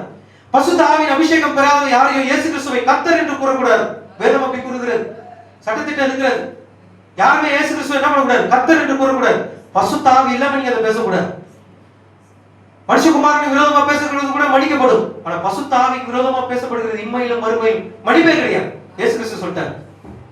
நீ பசுத்த ஆவியை பெறாத எத்தனை சபைகளை நீங்க என்ன பண்ணுது இருக்கிறது. நான் நீங்க ஒரு காரியத்தை சொல்ல விரும்புகிறேன். பசுத்த ஆவி இல்லாத எல்லா சபையுமே விக்கிரகம் தான். எத்தனை பேர் அதை விசுவாசிக்கிறீங்க? இது உண்மை. நல்ல நினைவில் வச்சுங்க. பசுத்த ஆவி இல்லாத எல்லா சபையுமே அது விக்கிரக ஆராதனை செய்யக்கூடிய ஒரு இடம். தேவன் இல்லாத இடம் எல்லாமே விக்கிரக ஆராதனை செய்யக்கூடிய ஒரு இடம். ஏன்னா தேவன் இருந்தா தான் நம்ப முடியும், அது ஒரு சபையா இருக்கும். தேவன் இல்லாத சபை எதுக்கு? நீ மாம்ச சிந்தனைப்படி என்ன பண்ணாங்க? எத்தனை பேர் நீ சபையை நடத்துறாங்க? வருமானத்துக்காக எத்தனை பேர் சபையை நடத்துறாங்க? ஆதாயத்துக்காக எத்தனை பேர் சபையை நடத்துறாங்க? எத்தனை பேர் நீ பைபிள் காலேஜ்ல படிச்சுட்டு வந்து சபையை நடத்துறாங்க? பசுத்த ஆவியை பெறாமலே, பசுத்த ஆவினா என்னன்னே தெரியாமலே என்ன பண்றாங்க? நீ சபையெல்லாம் நடத்துறாங்க. ஆனா உண்மையான சத்தியம் அங்க கிடையாது, நித்திய ஜீவன் அங்க கிடையாது. அவங்க பலிபீடங்கள் எப்படி நிறைந்திருக்கிறது? வாந்தியினால் நிரப்பப்பட்டிருக்கிறது. இதான் தீர்க்கதரிசி ஏசாயா தீர்க்கதரிசி அங்கே கூறி இருக்கிறார். இயேசு கிறிஸ்து என்ன கூறுகிறார் தெரியுமா? மாம்ச, அதாவது மனுஷனுடைய கற்பனைகளை உபதேசங்களாக போதித்து எனக்கு வீணாய் ஆராதனை செய்கிறார்கள். மனிதனுடைய கற்பனைகள், மனிதனுடைய கற்பனை எங்க போதிக்கப்படுகிறது? பைபிள் காலேஜ்ல தான் போதிக்கப்படுகிறது. ஏன்னா பைபிள் இல்லாததெல்லாம் அங்க போதிக்கப்படுகிறது. ஆனா பைபிள் இருக்கிறது எடுத்து நம்ம கூறினா நம்ம பொய்ன்னு நம்மள சொல்றாங்க. இல்ல, சுவிசேஷத்தை நீங்க தெரிஞ்சுக்கலாம். சுவிசேஷத்தை போய் நீங்க போய் பிரசங்கிக்கலாம். சுவிசேஷம் மட்டும் தான். இயேசு கிறிஸ்து வந்தாரு, உங்களுக்காக மரிச்சாரு, உங்களை நேசிக்கிறாரு, உங்க பாவங்கள் எல்லாம் மன்னிச்சாரு, அவர் உங்களுக்காக ரத்தம் சிந்தினாரு, அந்த ரத்தத்துல தான் மன்னிப்பு உண்டு, மீட்பு உண்டு. இது வந்து அடிப்படை சுவிசேஷம். அது வரைக்கும் தான் நீங்க என்ன பண்ண முடியும், போய் சொல்ல முடியும். அதுக்கு மீறி உங்களால எந்த ஒரு காரியத்தை செய்ய முடியாது. அது மீறி ஒரு காரியம் இருக்குமானால் அது பொய்யா இருக்கும், வேதத்தின்படி இது இருக்காது. செய்தி எப்பவுமே கடினமா இருக்கும். அது உங்களை வருத்தப்படுகிறதா இருந்தால் அதுக்காக என்ன மன்னித்துக் கொள்ளுங்கள். எப்பவுமே செய்தி கண்டிப்பானது. ஆனா தேவனுடைய வார்த்தை அது இருபுறமும் கருவுள்ள பட்டயம், அது எப்படி வேணாலும் வெட்டும். அதை நீங்க என்ன பண்ண முடியாது, தடுத்து நிறுத்தவே முடியாது. நீங்க பாவியா இருந்தாலும் உங்களை அது வெட்டும். நீங்கள் அதை விசுவாசிக்கிறீர்களா உங்களை ஆசீர்வதிக்கும். ஒரு காரியத்தை இங்க கூறுகிறேன், தேவன் இல்லாத எந்த ஒரு சபையும் அது விக்கிரகம். பசுத்த ஆவி இல்லாத எந்த சபையும் அது விக்கிரகம். நீங்க என்ன பண்றாங்க, சிலை வச்சு கும்பிடுறாங்க, அது மாதிரி தான் விக்கிரகம் நினைக்காதீங்க. பசுத்த ஆவி இல்லாத எல்லா சபையுமே விக்கிரகம் தான். தேவனிடத்திலிருந்து வராத எதுவுமே எல்லாமே விக்கிரகம் தான். இன்னொரு காரியத்தை சொல்றேன், இங்கதான் நீங்க நல்லா கவனிக்கணும். நீங்க விக்கிரக ஆராதனைக்காரரா இல்ல தேவனை வணங்குகிறவர்களா இப்ப தெரிஞ்சிடும். தேவனுக்கு மேலாக எதையெல்லாம் உயர்த்தி வைக்கிறீங்களோ அதெல்லாம் விக்கிரகம் தான். உங்களால புரிந்து கொள்ள முடிகிறதா? தேவனுக்கு மேலாக எதையெல்லாம் உயர்த்தி வைக்கிறீங்களோ அது எல்லாமே விக்கிரகம் தான். எனக்கு வேலை தான் முக்கியம், எனக்கு பணம் தான் முக்கியம் தான், அதுதான் உங்களுடைய விக்கிரகம். நீ பணம் தான் முக்கியம்னா பணம் தான் உங்களுடைய விக்கிரகம். எனக்கு அப்பா அம்மா தான் முக்கியம்னா அப்பா அம்மா தான் உங்களுடைய விக்கிரகம். எனக்கு டிவி தான் எனக்கு முக்கியம், நீ சினிமா தான் முக்கியம்னா அதுதான் உங்களுடைய விக்கிரகம். ஏன்னா தேவனுக்கு மேலாக நீங்க எதையெல்லாம் உயர்த்தி வைக்கிறீங்களோ என்ன பண்ணுவாங்க, சபை கூட்டத்தில் விட்டுருவாங்க. சபைக்கு வராம எனக்கு வேலை வச்சுட்டாங்க, நான் வேலைக்கு தான் நான் போகணும், எனக்கு வேலை தான் முக்கியம், நான் வேலைக்கு போனேன்னா வேலையை விட்டு தூக்கிடுவாங்க நினைப்பாங்க. இப்ப பாருங்கள், தேவனுக்கு மேலாக உயர்த்தி வைக்கிற படமானாலும், டிவி ஆனாலும், நாடகமானாலும், சீரியல் ஆனாலும், அம்மா அப்பா ஆனாலும், மனைவி ஆனாலும், புருஷன் ஆனாலும், பிள்ளைகள் ஆனாலும், யாரானாலும் எல்லாமே விக்கிரகம் தான். நீங்க விக்கிரக ஆராதனை வணங்குகிறவர்களா இருக்கிறீர்கள், இது உண்மை. ஏனென்றால் முதலிடம் யாருக்கு? தேவனுக்கு தான். உங்களுடைய வாழ்க்கையிலே முதலிடம் தேவனுக்கு தான். ஏனென்றால் தேவன் முதலிடத்தை தான் விரும்புகிறார். உங்களுடைய வாழ்க்கையிலே எல்லாவற்றுக்கும், நீங்க காணிக்கையானாலும், தசமமானாலும், வேலையானாலும், உங்களுடைய சொந்த உழைப்பானாலும், எதுவாக இருந்தாலும் எல்லா இடத்திலும் தேவன் தான் முதலிடமா இருக்க வேண்டும் என்று தேவன் விரும்புகிறார். இரண்டாவது தான் உங்களுடைய அப்பா அம்மா. எல்லாம் தெரிஞ்சுங்க. முதல் ஸ்தானம் யாருக்கு? தேவனுக்கு. இரண்டாவது ஸ்தானம் உங்களுடைய அப்பா அம்மாவுக்கு. மூன்றாவது ஸ்தானம் உங்களுடைய மனைவிக்கு, மனைவியோ புருஷனோ அல்லது பிள்ளைகளோ. நாலாவது ஸ்தானம் தான் உங்களுடைய. அஞ்சாவது ஸ்தானம் தான் மற்றவங்களுடைய நண்பர்களோ அல்லது உறவினர்களோ எல்லாருமே. இதுதான் ஒழுங்குமுறை. நீங்க தேவன் தான் என்ன பண்ணணும்? முதலாவது வைக்க வேண்டும். நீங்க தேவனுக்கு மேலாக எதையெல்லாம் உயர்த்தி வைக்கிறீங்களோ அது எல்லாமே விக்கிரகம் தான். நீங்க விக்கிரக ஆராதனை செய்கிறவர்களா இருந்தால் தேவனுடைய ராஜ்யத்தில் பிரவேசிக்க முடியாது. நல்லா புரிஞ்சுங்க. எனக்கு அப்பா அம்மா தான் முக்கியம் நீங்க நினைச்சீங்கன்னா, முதலாவது அப்பா அம்மா மேல அதிக அன்பு வச்சு இரண்டாவது தேவனை நீங்க நேசிச்சீங்கன்னா நீங்க விக்கிரக ஆராதனைக்காரர்களா இருக்கீங்க.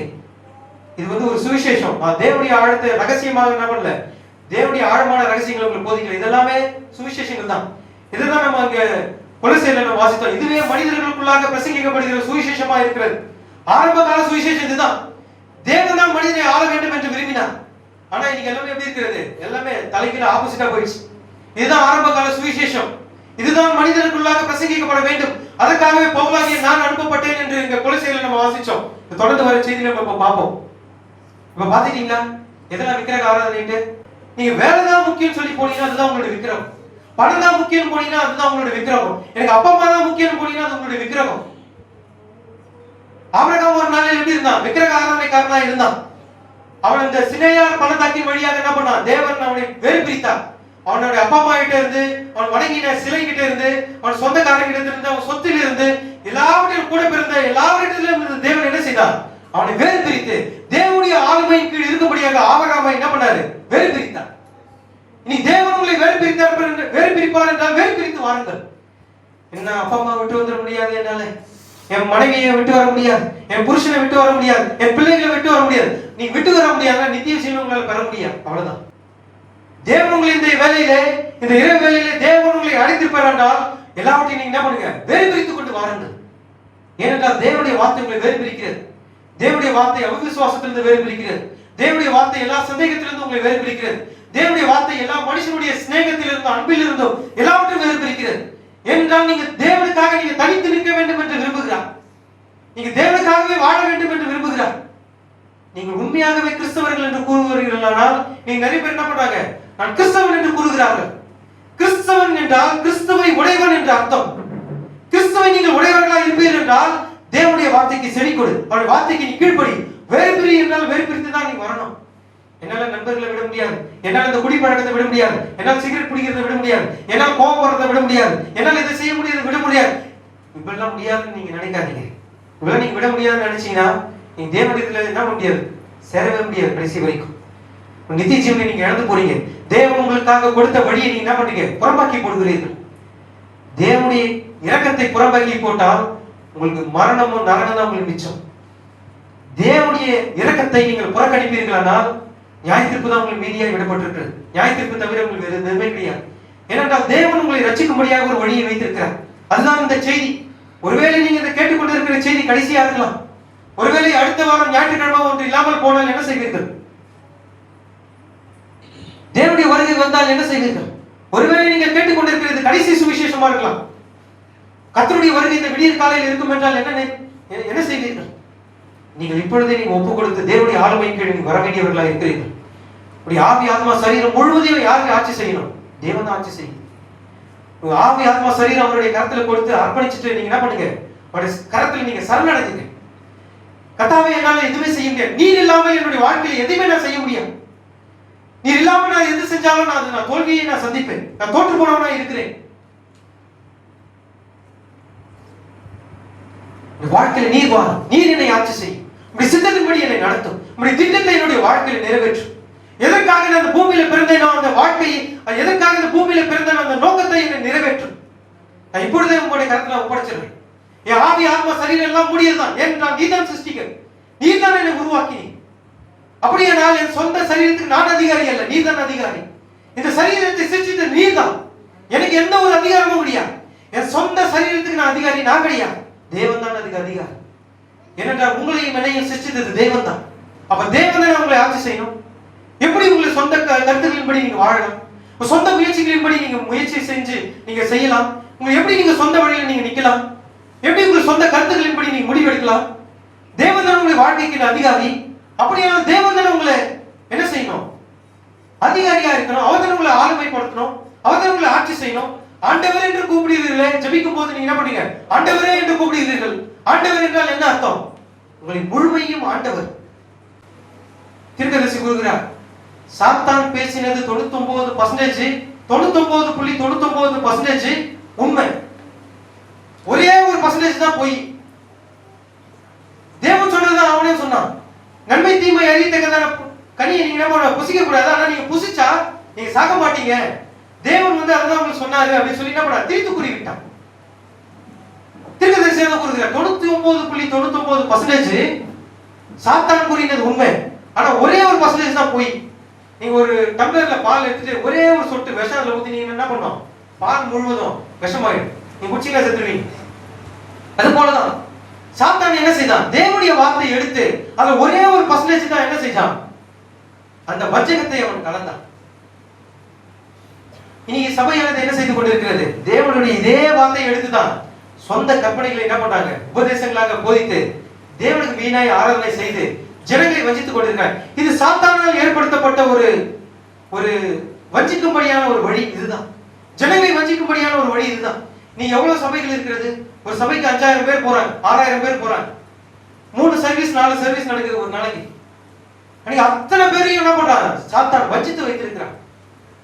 ஒரு சிறு கூட்டத்தையே ஒரு ஊழியக்காரனால் நடத்த முடியலன்னா 5000 பேர் வர ஒரு ஜனத்தை நடத்த முடியுமா அவனால? இப்போ நான் சொல்றேன், பசுத்தாவியன் எங்க இருக்கிறார்? ஒரு பிரம்மாண்டமான ஒரு சபையில இல்ல, ஒரு வானளவு உயர்ந்த ஒரு கட்டணத்தில் இல்ல, ஒரு பார்ப்பதற்கு அழகாக காட்சி அளிக்கிற ஒரு சபையில இல்ல. தேவன் எளிமையில் இருக்கிறார், தேவன் தாழ்மையில மறைந்திருக்கிறார், தேவன் எளிமையில் இருக்கிறார், ஏழ்மையில் இருக்கிறார். இதான் உண்மை. தேவன் என்ன பண்றாரு? ஏழ்மையான எளிமையான ஒன்றுக்கு உதவாதவர்களையே நேசிக்கிறார். ஒரு தாழ்மையான ஒரு என்ன பண்றாரு? ஒரு கூடாரத்தை அவர் தெரிந்து கொண்டு அதிலே அவர் வாசம் பண்ணுகிறார். அது எத்தனை பேர் உணர்ந்திருக்கிறீங்கன்னு தெரியல, அது எனக்கு தெரியும். அதை உணர்ந்தவங்களுக்கு தெரியும், செய்தி புரிஞ்சவங்களுக்கு தெரியும். தேவன் என்ன செய்கிறார்? ஒரு தாழ்மையான ஒரு எளிமையான ஒரு ஏழ்மையான ஒரு சபையில என்ன பண்றாரு? தெரிந்து கொண்டு அதிலே அவர் என்ன பண்றாரு? தம்முடைய ஜனங்களுக்கு தன்னை வெளிப்படுத்துகிறார். வார்த்தையோடு கூட எவ்வளவு நெருக்கமாய் ஒரு விசுவாசின் இடத்துல வர முடியுமோ அவ்வளவு நெருக்கமாய் வருகிறார்.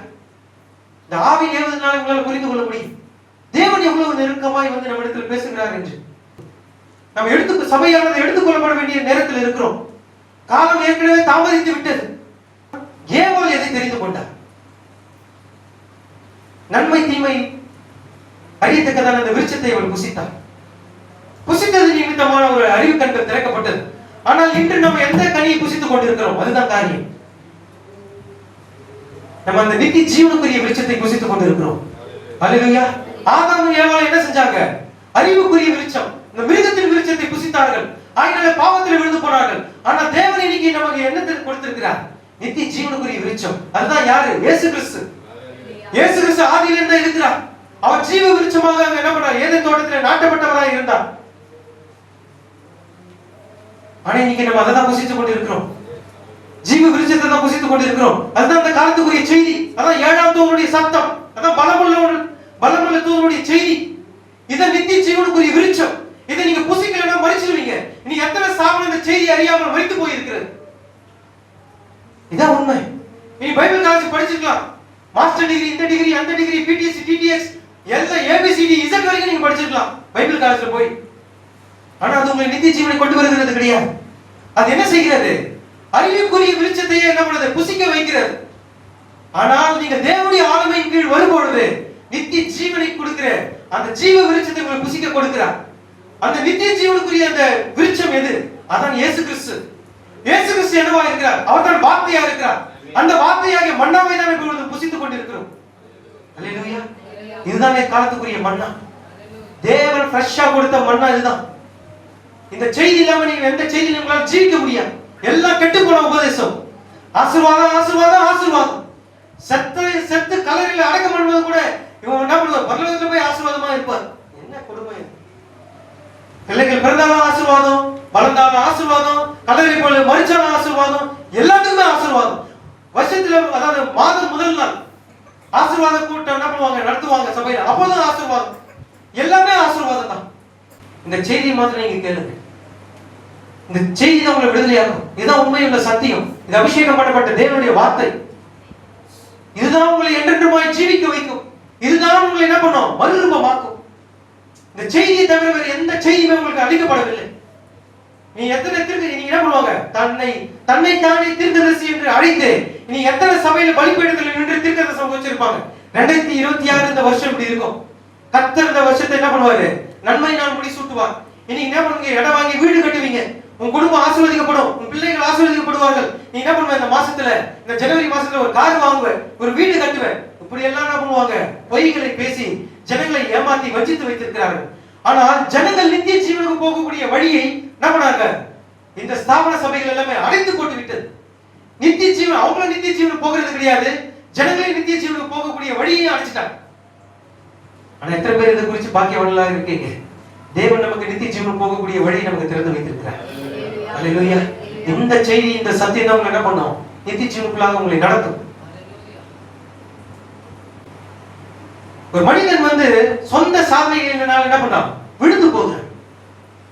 முதல் விக்கிரகமானது எங்க தொடங்கினது, இந்த நிம்ரோத்தை தான் தொடங்கி வைத்தான். அங்குதான் வேதம் கூறுகிறது.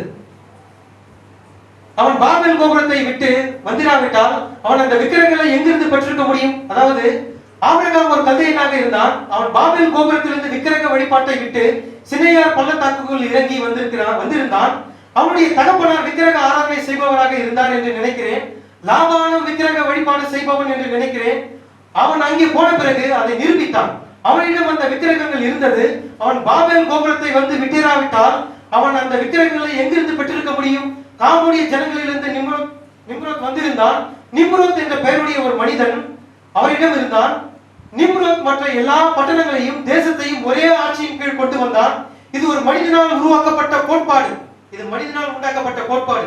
முழு மனிதனையும் என்ன பண்ணான், அவன் ஆட்சி செய்யும்படியாக அவன் இந்த பாபேல் கோபுரத்தை என்ன பண்ணான், கட்ட முயற்சி செய்து ஜனங்கள் எல்லாம் ஒன்றாக இருக்கும்படி அவன் முழு ஜனத்தையும் ஆளும்படியாக என்ன பண்ணான், முயற்சி செய்தான். பிறகு நீங்க பார்த்தீர்களா, அது விக்கிரக வழிபாடா இருந்தது. பூமியிலே முதலாவது விக்கிரக வழிபாடு அதுதான். தேவனுக்கு மேலாக உயர்த்தி வைக்கிற எல்லாமே விக்கிரகம் தான். இந்த செய்தி படிச்சு பிறகு உங்களுக்கு தெரிஞ்சிருக்கும். இங்கதான் விக்கிரகமான பூமியிலே முதலாவது விக்கிரக வழிபாடு அதுதான். நிம்ரோத் ஏற்படுத்தியதுதான் முதல் விக்கிரகம். ஜனங்கள் என்ன பண்ணாங்க, இஸ்ரவேல் ஜனங்கள், நம்ம பழைய காலத்துல வருவோம்.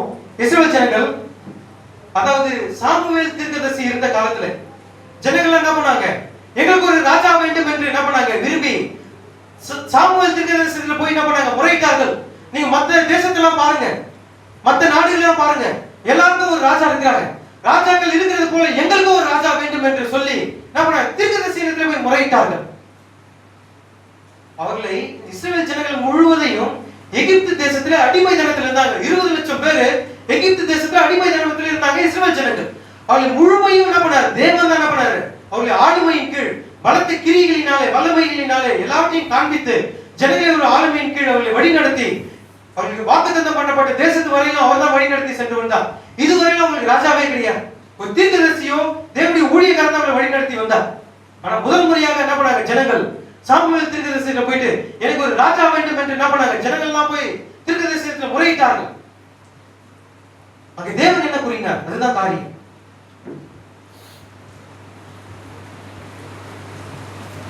சரி, நான் ஒரு காரியத்தை சொல்ல மறந்தேன், இதை விட்டுட்டேன்.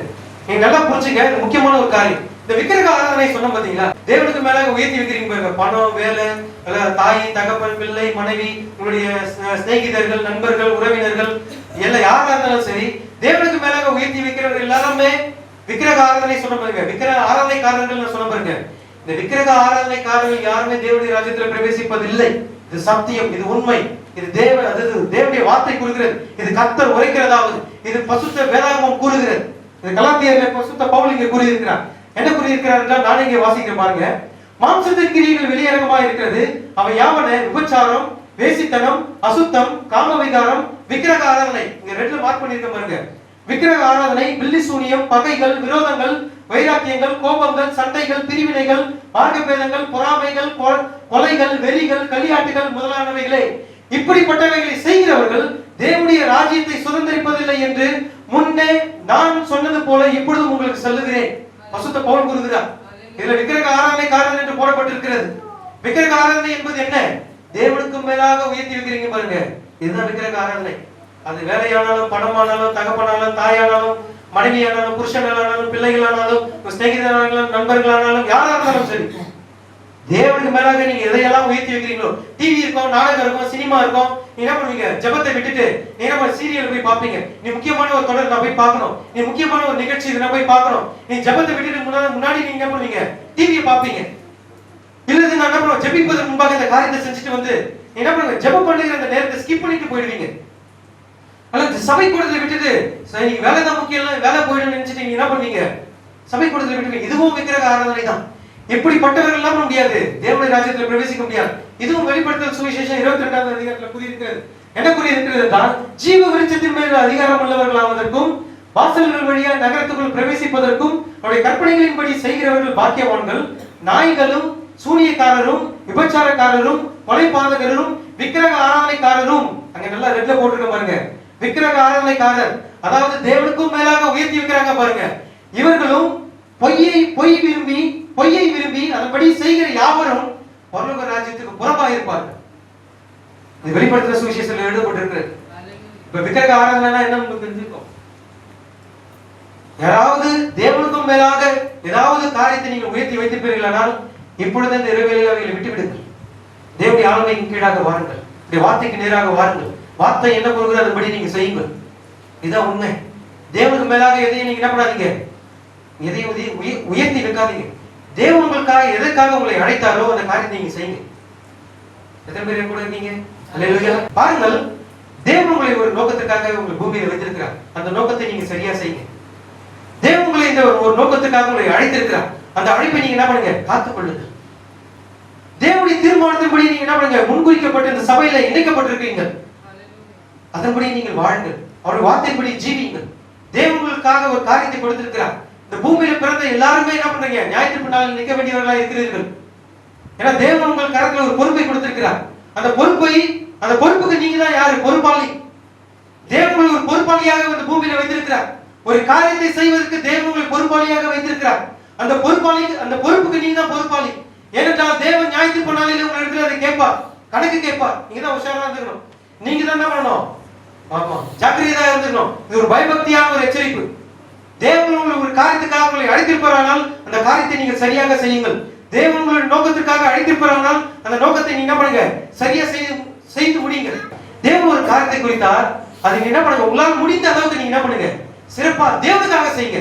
இது மனுஷன் பாக்குறானே, இல்ல ஊழியக்காரன் பாக்குறானே, இல்ல இந்த சகோதரன் பாக்குறானே, என் மனைவி பாக்குறானே, என் புருஷன் பாக்குறாங்க, அப்படி இல்லை. தேவன் பாக்குறார், அதுதான் முக்கியம். அப்ப தேவன் உங்களை பாக்குறாரு என்றால் அப்ப நீங்க அந்த காரியத்தை எப்படி சிறப்பா செய்யணும்? நீங்க அந்த காரியத்தை சிறப்பா செய்யணும்னா தேவன் என்ன செய்வார்? உங்ககிட்ட இருக்கிறதையும் புடுங்கி வேற ஒருத்தர் கிட்ட கொடுத்துருவார். இது வேதம் கூறுகிறது, இது சத்தியம். இது என்னுடைய சொந்த வார்த்தை இல்லை, இது இயேசு கிறிஸ்து கூறின வார்த்தை. அதுதான் சத்தியமா இருக்கிறது. இயேசு கிறிஸ்து கூறின எல்லா வார்த்தையுமே சத்தியம் தான். அதுதான் வேதமா இருக்கிறது. வேதம் முழுவதுமே கிறிஸ்துவை பற்றிய வெளிப்பாடுதான். அப்ப பாருங்கள், அந்த காரியத்தை நீங்க சிறப்பா செய்யாத போது தேவன் என்ன செய்கிறார்? உங்ககிட்ட இருக்கிறதையும் உள்ளதையும் என்ன பண்றாரு? பிடுங்கி வேற ஒருத்தருக்கு கொடுத்துறாரு. தேவன் உங்களுக்காக கொடுத்த காரியத்தை நீங்க என்ன பண்ணுங்க? சிறப்பா செய்யுங்க. இப்ப பாருங்க, ஜனங்கள் என்ன பண்ணாங்க? எனக்கு ஒரு ராஜா வேணும், ராஜா எங்களை ஆள வேண்டும் என்று விரும்பினார். சாமுவேல் தீர்க்கதரிசியில போய் என்ன பண்ணாங்க? முறையிட்டாங்க. ஆனா என்ன நடந்தது? தேவன் என்ன கூறினார் சாமுவேல் தீர்க்கதரிசியில? அப்பொழுது கர்த்தர் சாமுவேலை நோக்கி, ஜனங்கள் உன்னிடத்தில் சொல்வது எல்லாவற்றிலும் அவர்கள் சொல்வதை கேள். அவர்கள் உன்னை தள்ளவில்லை, நான் அவர்களை ஆளாதபடிக்கு என்னை தான் தள்ளினார்கள். பாத்தீங்களா? ஜனங்க யாரை தள்ளினாங்க? தேவனை தான் புறக்கணிச்சாங்க. தேவன் தம்மை ஆளாதபடிக்கு ஒரு மனுஷன் எங்களை ஆள வேண்டும் என்று என்ன பண்ணாங்க? தீர்க்கதரிசியில போய் முறையிட்டாங்க. உங்களால் புரிந்து கொள்ள முடிகிறதா? வசனம் இங்கே தெளிவாக இருக்கிறது. அங்கே தேவன் என்ன கூறினார்? நான் அவர்களை, அதாவது அவர்கள் உன்னை தள்ளவில்லை, நான் அவர்களை ஆளாதபடிக்கு என்னை தான் அவர்கள் தள்ளினார். ஜனங்க எப்பவுமே என்ன பண்றாங்க? தேவன் ஒரு வழியை கொடுத்து போறாங்க, அந்த வழியை என்ன பண்றாங்க? புறக்கணித்து விட்டு தன் சொந்த வழிகளின்படி இருப்பதற்காக முயற்சி செய்கிறார்கள். இதுக்காக ஒரு உதாரணத்துக்காக தான் இந்த வார்த்தையை நான் எடுத்தேன். எப்பவுமே சொந்த முயற்சிகளும் சொந்த காரியங்கள் எல்லாமே தோல்விதான். அது ஜெயத்தை கொண்டு வராது. உங்களால் அதுல இருந்து எந்த ஒரு நன்மையும் பெற்றுக்கொள்ள முடியாது. உங்க சொந்த காரியங்கள் எல்லாமே வீண், அது எல்லாமே தோற்று போகும். தேவனுடைய வார்த்தையை ஜெயத்தை கொண்டு வரும். தேவனுடைய வார்த்தை என்ன பண்ணும்? அது ஜெயிக்க வைக்கும். அதுதான் உங்களை வாழ வைக்கும். அதுதான் தேவனுடைய வார்த்தை. சொந்த வார்த்தை, அதாவது என் நண்பர் இது சொல்லிட்டாரு, என் சொந்தக்காரர் இது சொல்லிட்டாரு, என் அப்பா இதை சொல்லிட்டாரு, அம்மா சொல்லிட்டாரு, இது கிடையாது. வேதம் என்ன கூறுகிறது? தான் காரியம். மனுஷனுடைய எந்த மனுஷனும் பொய்யனும் என்னுடைய வார்த்தைகளே சத்தியமா இருக்கிறது என்று இயேசு கிறிஸ்து கூறினார். அதாவது வேதம் கூறுகிறது எந்த மனுஷனும் பொய்யனும் தேவனுடைய வார்த்தையே சத்தியமா இருக்கிறது. ஆகினாலே மனுஷன் சொல்கிற கருத்துக்களை நீங்க ஏற்றுக்கொள்ளாதீங்க. அவன் உங்களுக்கு என்ன பண்ணுவான், நன்மையான ஆலோசனைகள் கொடுக்கிறது போல தோன்றும், ஆனா அது எல்லாமே எப்படி இருக்கும், பொய். எல்லா மனுஷனுடைய வார்த்தையும் பொய், எல்லாமே தோற்று போகும். தேவனுடைய வார்த்தை மாத்திரமே நிலைத்து நிற்கும். அதுவே உங்களை என்ன பண்ணும், என்றென்றுமாய் ஜீவிக்க செய்யும். அதான் தேவனுடைய வார்த்தை. மனுஷனுடைய வார்த்தைக்கு நீ என்ன பண்ணாத, உடன்படாதே. வேதம் கூறுகிறது மனுஷனுடைய வார்த்தைக்கு நீ என்ன பண்ணாத, உடன்படாதே. தேவனுடைய வார்த்தைக்கு தரித்து நில். அவர்கள் நீங்கள் தேவனுடைய வார்த்தைக்கு தரித்து நிற்கும் போது, அவருடைய ஆளுமையின் கீழ் இருக்கும் போது, தேவன் உங்களுக்காக செய்கிற பெரிதான ரட்சிப்பை பாருங்கள். நம்ம எல்லாமே தேவன் என்ன செய்கிறார், ஒரு ஆட்டுக்கு ஒப்புமையாக ஒரு உதாரணமாக கூறுகிறார். தீர்க்கதரிசி பற்றி கூறுகிறார். நம்ம எல்லாமே எப்படி இருக்கிறோம், ஆடுகளா இருக்கிறோம். செம்மறி ஆடுகள், நாட்டு ஆடு, வெள்ளாடு கிடையாது. வெள்ளாடு என்ன பண்ணோம், ஆமா மேய்ப்பன் இல்லைன்னா கூட தனியா போய் எங்கன்னா மேய்ச்சிட்டு வரும். ஆனா செம்மறி ஆடு அப்படி கிடையாது. ஒரு கூட்டு போயிட்டு ஒரு வழியில விட்டு வந்தீங்கன்னா திரும்பி அது வர தெரியாது. அது வருவதற்கான வழி தெரியாது. நீங்க வெள்ளாடு போய் எங்கன்னா தூரத்துல போய் மேய்ச்சிட்டு நீ குட்டினா கூட என்ன பண்ண, வீடு தேடி கண்டுபிடிச்சு சரியா வந்துடும். ஆனா செம்மறி ஆடு அப்படி கிடையாது. ஒரு மேய்ப்பனுடைய வழி நடத்துறது இல்லாம அந்த ஆடு தனியா போகாது. அந்த மேய்ப்பனோடு கூட தான் இருக்கும். மேய்ப்பனுடைய ஒவ்வொரு அடிசுவடுகளையும் அவன் நடக்கும் போது அவனுடைய ஒவ்வொரு என்ன பண்ணும், அடிசுவடுகளையும் பின்பற்றி செல்லும். இதுதான் செம்மறி ஆடு. அது என்ன செய்யும், மேய்ப்பன் எந்த திசையில போகிறார் அந்த திசையே நடந்து செல்லும். தேவன் அதே போல தான் தம்முடைய விசுவாசியை என்ன செய்கிறார், ஒரு ஆட்டுக்கு ஒப்புமையாக கொடுக்கிறார். நம்ம எல்லாம் அவருடைய ஆடுகளா இருக்கிறோம். அல்லேலூயா. நான் சுருக்கமாக நான் சொல்லிடுறேன். நீங்கள் சபையும் அந்த நிலையும் என்ற அந்த செய்தியில நான் இங்க படித்து கூறுகிறேன். இதை நீங்க நல்லா கவனிங்க. ஆனால் ஆட்டுக்குட்டி சொந்த புத்தியுடையதல்ல. ஆட்டுக்குட்டி காணாமற் போனால் கண்டுபிடிப்பது அரிது. அது தானாகவே வழியை கண்டுபிடிக்க முடிவதில்லை. அதனால்தான் வெள்ளாடு அதை அழிவுக்கு நடத்தி விடுகிறது. தன் வழியை அறியாது, ஆகவே அது காணாமற் போகிறது. அக்காரணத்தை கொண்டுதான் தேவன் நம்மை ஆட்டுக்குட்டிக்கு ஒப்பாக்கினார். நாம் உலகத்தில் காணாமற் போனால் திரும்பி வருவதில்லை. வழி தவறினால் நாம் வழியை கண்டுகொள்வதில்லை. எனவே நாம் செய்ய வேண்டிய ஒரே ஒரு காரியம் ஒன்றுதான். அதாவது நாம் செய்ய வேண்டிய காரியம் ஒன்றே, நாம் நம்மை நமது மீட்பருக்கு ஒப்படைத்து அவர் மந்தையில் நடத்தப்பட வேண்டும். இதுதான் நம்முடைய செய்தி. நம்ம எல்லாமே ஆடுகளா இருக்கிறோம். நாம் அவருடைய வழி நடத்துதல்படிதான் நம்ம என்ன பண்ணணும், நடக்கணும். ஏனென்றால் நம்ம என்ன பண்ண முடியாது, சொந்த வழிகளில போனா நம்ம மறிச்சிடுவோம். சாபன செய்தியில போனா நம்ம மறிச்சிடுவோம். எந்த செய்தியுமே நம்ம என்ன பண்ண முடியாது, நம்ம உயிர்ப்பிக்காது, நித்திய ஜீவனை கொண்டு வராது. இந்த உண்மையான சத்தியம் மாத்திரமே நித்திய ஜீவனை கொண்டு வருகிறதா இருக்கிறது. அப்ப நீங்க தேவனுடைய ஆளுமையின் கீழ் இருந்தால்தான் நீங்க என்ன பண்ண முடியாது, இந்த உலகத்துல நீங்க காணாமல் போக முடியாது. இந்த ஆளுமையின் கீழ் இருக்கும்போது நீங்க என்ன பண்றீங்க, தேவனோடு கூட என்றென்றுமாய் மெய்ப்பனோடு கூட இருக்கீங்க. இந்த உண்மையான மெய்ப்பன் யாரு, அதான் இயேசு கிறிஸ்து. இயேசு கிறிஸ்து தான் என்ன பண்றாரு, சபைக்கு வழிகாட்டியா இருக்கிறார். பசுத்த ஆவியானவர், பசுத்த ஆவியானவர் தான் சபைக்கு வழிகாட்டி. இந்த பசுத்த ஆவியானவர் தான் என்ன செய்கிறார், எடுத்துக்கொள்ளப்படுவதற்கு நேராக தம்முடைய சபையை என்ன பண்றாரு, நடத்தி செல்கிறார். பசுத்த ஆவியானவர் தான் உங்களை ஆயத்தப்படுத்துகிறார். பசுத்த ஆவி தான் உங்கள் ஒவ்வொரு விசுவாசிக்கும் பயிற்சியை கொடுக்கிறார். எப்படி யுத்தத்தில் நின்று சாத்தானை வீழ்த்தணும் என்பதற்கான பயிற்சி பசுத்த ஆவியானவர் தான் கொடுக்கிறார். இப்ப பாருங்கள், நாம் எல்லாம் ஆடுகளாக இருக்கிறோம்.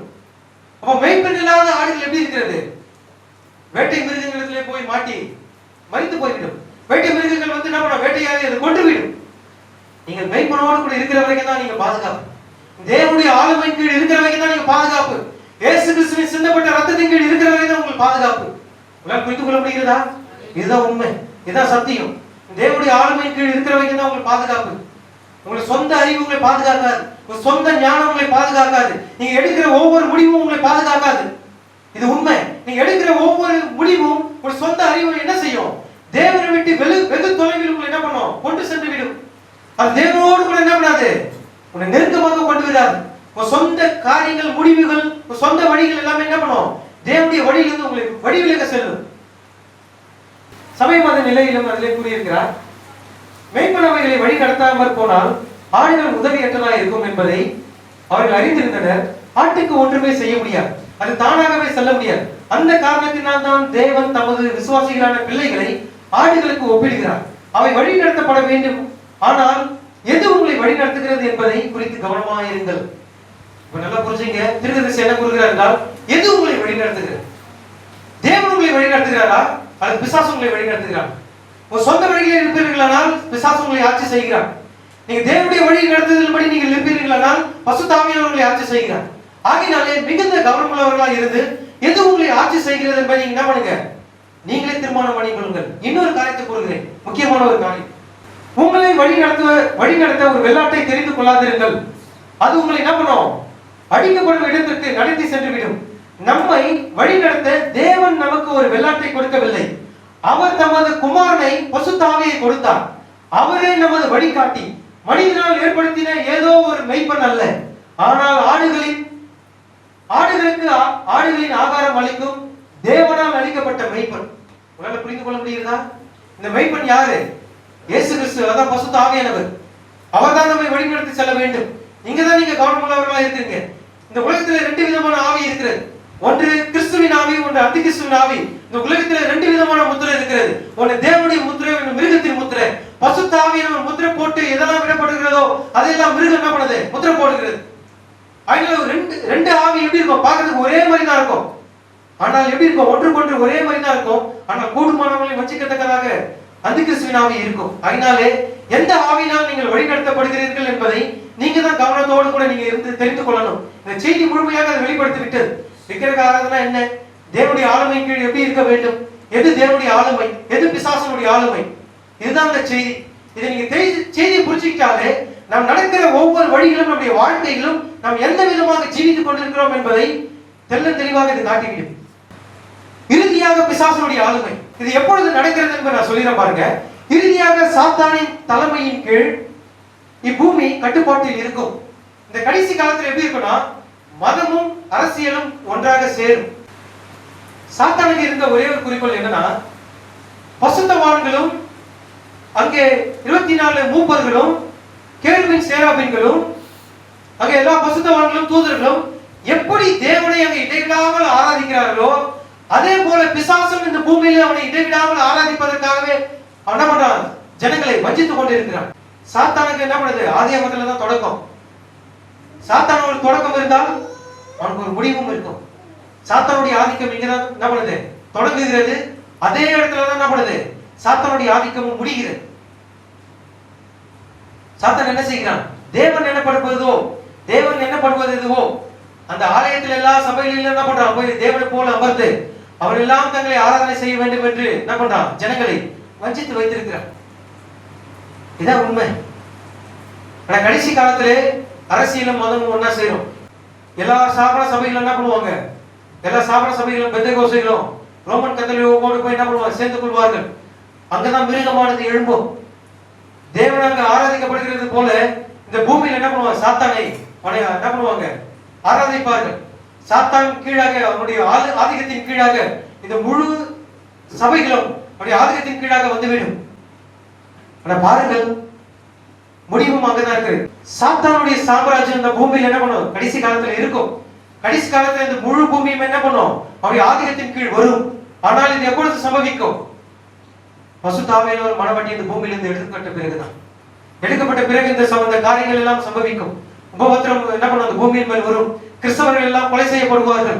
சபைகள் எல்லாம் இடிக்கப்பட்டு போகும். சபைகள் எல்லாம் என்ன பண்ணுவாங்க, எரிச்சு சாம்பலாக்கிடுவாங்க. எல்லா கிறிஸ்தவர்களும் என்ன பண்ணுவாங்க, கைவிடப்பட்ட எல்லா கிறிஸ்தவர்களும் ரத்த சாட்சியா மரிப்பாங்க. அப்பொழுதுதான் சாத்தானுடைய முழு ஆதிக்கமும் என்ன பண்ணும், அங்கே வரும். இந்த முழு சபையும், இந்த பூமியில் இருக்கிற எல்லா முழு சபையுமே சாத்தானுடைய ஆதிக்கத்தின் கீழ் வரும். இது எப்போது சம்பவிக்கும் என்றால், சபையாகிய நாமும் நம்மோடு கூட நம்மை வழிநடத்தி கொண்டிருக்கிற பரிசுத்த ஆவியானவரும் நம்மை மீட்டுக் கொள்ளும் பொழுது இந்த சாத்தானுடைய ஆதிக்கம் இந்த பூமியின் மேல் வரும். ஆனால் 3 வருஷம் தான் அவனுடைய ராஜ்யபாரம், அவருடைய அரசாட்சி 3 வருஷம். ஆனா பாருங்கள், சாத்தானுடைய தொடக்கம் எங்க இருந்தது, ஆதியில இருந்தது. ஆதியாகமத்தில் இருந்தது. அவனுடைய முடிவு இப்பொழுது இங்க இருக்கிறது. என்ன நடக்கும் தெரியுமா, முழு ஆதிக்கமும் அவனுடைய இருக்கும். முழு சபைகளும் முழு உலகமும் அவனுடைய கட்டுப்பாட்டில் இருக்கும். ஆனால் முடிவு எப்படி சம்பவிக்கும், மனிதனுடைய கைகளினால் பெயர்க்கப்படாத ஒரு கல் ஒன்று பாயும். அதுவே முழு சாம்ராஜ்யத்தை நொறுக்கி போடும். சாத்தானுடைய சாம்ராஜ்யம் எல்லாம் அழிந்து போகும். அவருடைய ஆளுமை எல்லாம் அழிந்து போகும். அந்த மனிதனுடைய கைகளினால் பெயர்க்கப்படாத கல் கிறிஸ்துவே. அவர்தான் தேவனுடைய வார்த்தையாக இந்த பூமியின் மேல் கர்த்தாவாக அவர் பூமியின் மேல் வருவார். சாத்தானுடைய ஆதிக்கம் எல்லாவற்றுக்கும் முற்றுப்புள்ளி அதுவே. அவனை மரண சங்கிலினாலே கட்டி அவியாத அக்கினி கடலில் அவனை தள்ளி சாத்தானை கொன்று போடுவான். இதுதான் அவனுடைய முடிவு. ஒரு மனிதனால் பெயர்க்கப்படாத ஒரு கல் ஒன்று பாயும். அந்த கல் யாரு? கிறிஸ்து என்று வேதம் கூறுகிறது. கிறிஸ்து தான் தேவனுடைய வார்த்தையா இருக்கிறார். அந்த வார்த்தை என்ன பண்ணும்? கத்தாதி கத்தாவாக அவருடைய நாமம் தேவனுடைய வார்த்தை என்பதை என்று வெளிப்படுத்தல சொல்லப்பட்டிருக்கிறது. அவர் பூமியின் மேல் வருவார். அவர் நீதியோடும் நியாயத்தோடும் என்ன பண்ணுவார்? பொறுமையோடும் கூட இருபுறமும் கருவுள்ள பட்டயத்தோடு கூட என்ன பண்ணுவார்? ஜனங்களை கொன்று போடுவார் என்று கூறப்பட்டிருக்கிறது. இதுக்கு ஞான அர்த்தம் என்னவென்றால், அவர் வார்த்தையோடு கூட என்ன பண்ணுவார்? வார்த்தையை எடுத்து ஜனங்களை கொன்று போடுவார். இந்த வார்த்தை எடுத்து ஜனங்களை நியாயத்திற்கும் போது மனவாட்டியாகி அவருடைய வார்த்தையாகி நாமும் அவரோடு கூட வருவோம். ஆனா நான் ஒரு விஷயத்த சொல்றேன், சோதனையானது உங்களுக்கு தான் வரும், சிச்சையானது உங்களுக்கு தான் வரும். என்ன பண்ணாதீங்க, பயந்து ஓடிடாதீங்க. தேவன் உங்களை கொண்டுதான் சாத்தானை ஜெயிக்க தேவன் உங்களை தெரிந்து கொண்டார். அதுக்காக தான் ஒரு சிறு கூட்டத்தை தேவன் தெரிந்து கொண்டார். எதற்காக? இந்த சிறு கூட்டம் எழுப்பி சாத்தானுடைய வல்லமையை ஜெயிக்கணும். சாத்தான் நம்மிடமிருந்து எதையெல்லாம் பறித்து கொண்டானோ அதையெல்லாம் என்ன பண்ணார்? தேவன் நம்முடைய சொந்த குமாரனாகிய இயேசு கிறிஸ்துவின் மூலமாக சபைக்கு திரும்பவும் என்ன பண்ணிருக்கிறார்? எதையெல்லாம் விழுந்து போனதோ அதையெல்லாம் மீட்டு நமக்கு கொடுத்திருக்கிறார். அதுதான் வரப்போகிற செய்தி. நம்ம வருகிற ஞாயிற்று நம்ம பார்க்க போகிறோம். எதெல்லாம் நம்ம இழந்து போனோம், தேவன் எதையெல்லாம் சபைக்கு கொடுத்திருக்கிறார், எந்த அதிகாரத்தை கொடுத்திருக்கிறார், எந்த வல்லமையை சபைக்கு கொடுத்திருக்கிறார், அதெல்லாமே நமக்கு திருப்பி கொடுத்துட்டார். சில பேர் அறிஞ்சிருப்பீங்க, சில பேர் அறியாமல் போயிருப்பீங்க. நீங்க தான் சாத்தானையும் உலகத்தை உள்ளவையும் ஜெயிக்க போகிறீங்க. அதனால உங்களை வழிகளில் எல்லாவற்றையும் கவனம் உள்ளவர்களா இருந்து, உடைய வழிகளில் எல்லாவற்றையும் தேவனுடைய வார்த்தை கொண்டு காத்துக்கொண்டு மிகுந்த எச்சரிக்கை உள்ளவர்களா இருந்து, நீங்கள் எதினால் நீங்கள் வழிநடத்தப்படுகிறீர்கள் என்பதை நீங்க என்ன பண்ணுங்க? கவனம் உள்ளவர்களா இருங்கள். தேவன் விரும்புகிறது எல்லாமே அவருடைய ஆளுமையின் கீழ் இருப்பதற்காக தான். ஒரே ஆளுமை, அதான் என் தேவன். அவர் தான் உங்களை சிருஷ்டித்தார். எல்லாவற்றுக்கும் அதிகாரி அவர் தான். உங்க சொந்த சரீரத்துக்கு கூட உங்களுக்கு அதிகாரம் கிடையாது. இது தேவனுடைய ஆலயம். அவர் தான் உங்களுக்குள்ளாக வந்து வாசம் பண்ணுகிறார். அவர் தான் உங்களை ஆட்சி செய்ய வேண்டும். முழு உரிமையும் அவர் அதிகாரமும் அவருடைய கருத்துல தான் இருக்கிறது. தேவன் உங்களை ஆட்சி செய்ய வேண்டும் என்று இந்த வேலையில் அவர் விரும்புகிறார். உங்க சொந்த ஆவி ஆத்மா சரீரம் முழுவதும் அவருடைய கருத்துல கொடுத்துருங்க. உங்க சொந்த கருத்து, உங்க சொந்த ஞானம், உங்க சொந்த அறிவு, உங்க சொந்த முடிவுகள், உங்க சொந்த குறிக்கோள்கள், உங்க சொந்த முயற்சிகள் எல்லாவற்றையும் நீங்க என்ன பண்ணுங்க? தேவனுடைய கருத்துல நீங்க கொடுத்துருங்க. எப்பவுமே நீங்க என்ன பண்ணாதீங்க? நடுநிலையா நிக்காதீங்க. சாத்தானுடைய ஆளுமையின் கீழாகவும் தேவனுடைய ஆளுமையின் கீழாக நடுவில் நிக்காதீங்க. உலகத்திலும் அதே நேரத்தில் தேவனுடைய வார்த்தையில நிக்காதீங்க. ஒரு வேலைக்காரன் ரெண்டு எஜமான கீழ் என்ன பண்ண முடியாதான்? வேலை செய்ய முடியாது. அதே நேரம் ஒரே நேரத்தில் தேவனுக்கும் ஒரே நேரத்தில் உலகத்துக்கும் உங்களால என்ன பண்ண முடியாது? வேலை செய்ய முடியாது. ஒன்று தேவனா இருக்கணும் அல்லது உலகமா இருக்கணும். கசப்பான தண்ணீரிலிருந்து இனிப்பான தண்ணீர் வராது. ஒன்று கசப்பான தண்ணீர்னா கசப்பான தண்ணி தான், இனிப்பான தண்ணினா இனிப்பான தண்ணி தான். ஒரு கசப்பான தண்ணீரிலிருந்து ஒரு இனிப்பான தண்ணி வராது. ஒரு பப்பாளி மரத்துல ஆப்பிள் பழம் வராது. ஒரு ஆப்பிள் மரத்துல பப்பாளி பழம் வராது. எதுனா ஆப்பிள் மரம்னா ஆப்பிள் பழம் தான் வரும். பப்பாளி பழம்னா பப்பாளி பழம் தான் வரும். வேற எதுவுமே அதுல வராது. ஆகினாலே நீங்கள் ஒரு உலகத்துள்ளவர்களா இருக்கணும் அல்லது தேவனுடையவர்களா இருக்கணும். நீங்க எந்த ஆளுமையின் கீழ் இருக்கிறீர்கள்? உங்களை தன்னை தானே சோதித்து ஆராய்ந்து என்ன பண்ணுங்க? எச்சரிக்கையுள்ளவர்களா இருந்து உங்களை சரி செய்து சீர்படுத்திக் கொள்ளுங்கள்.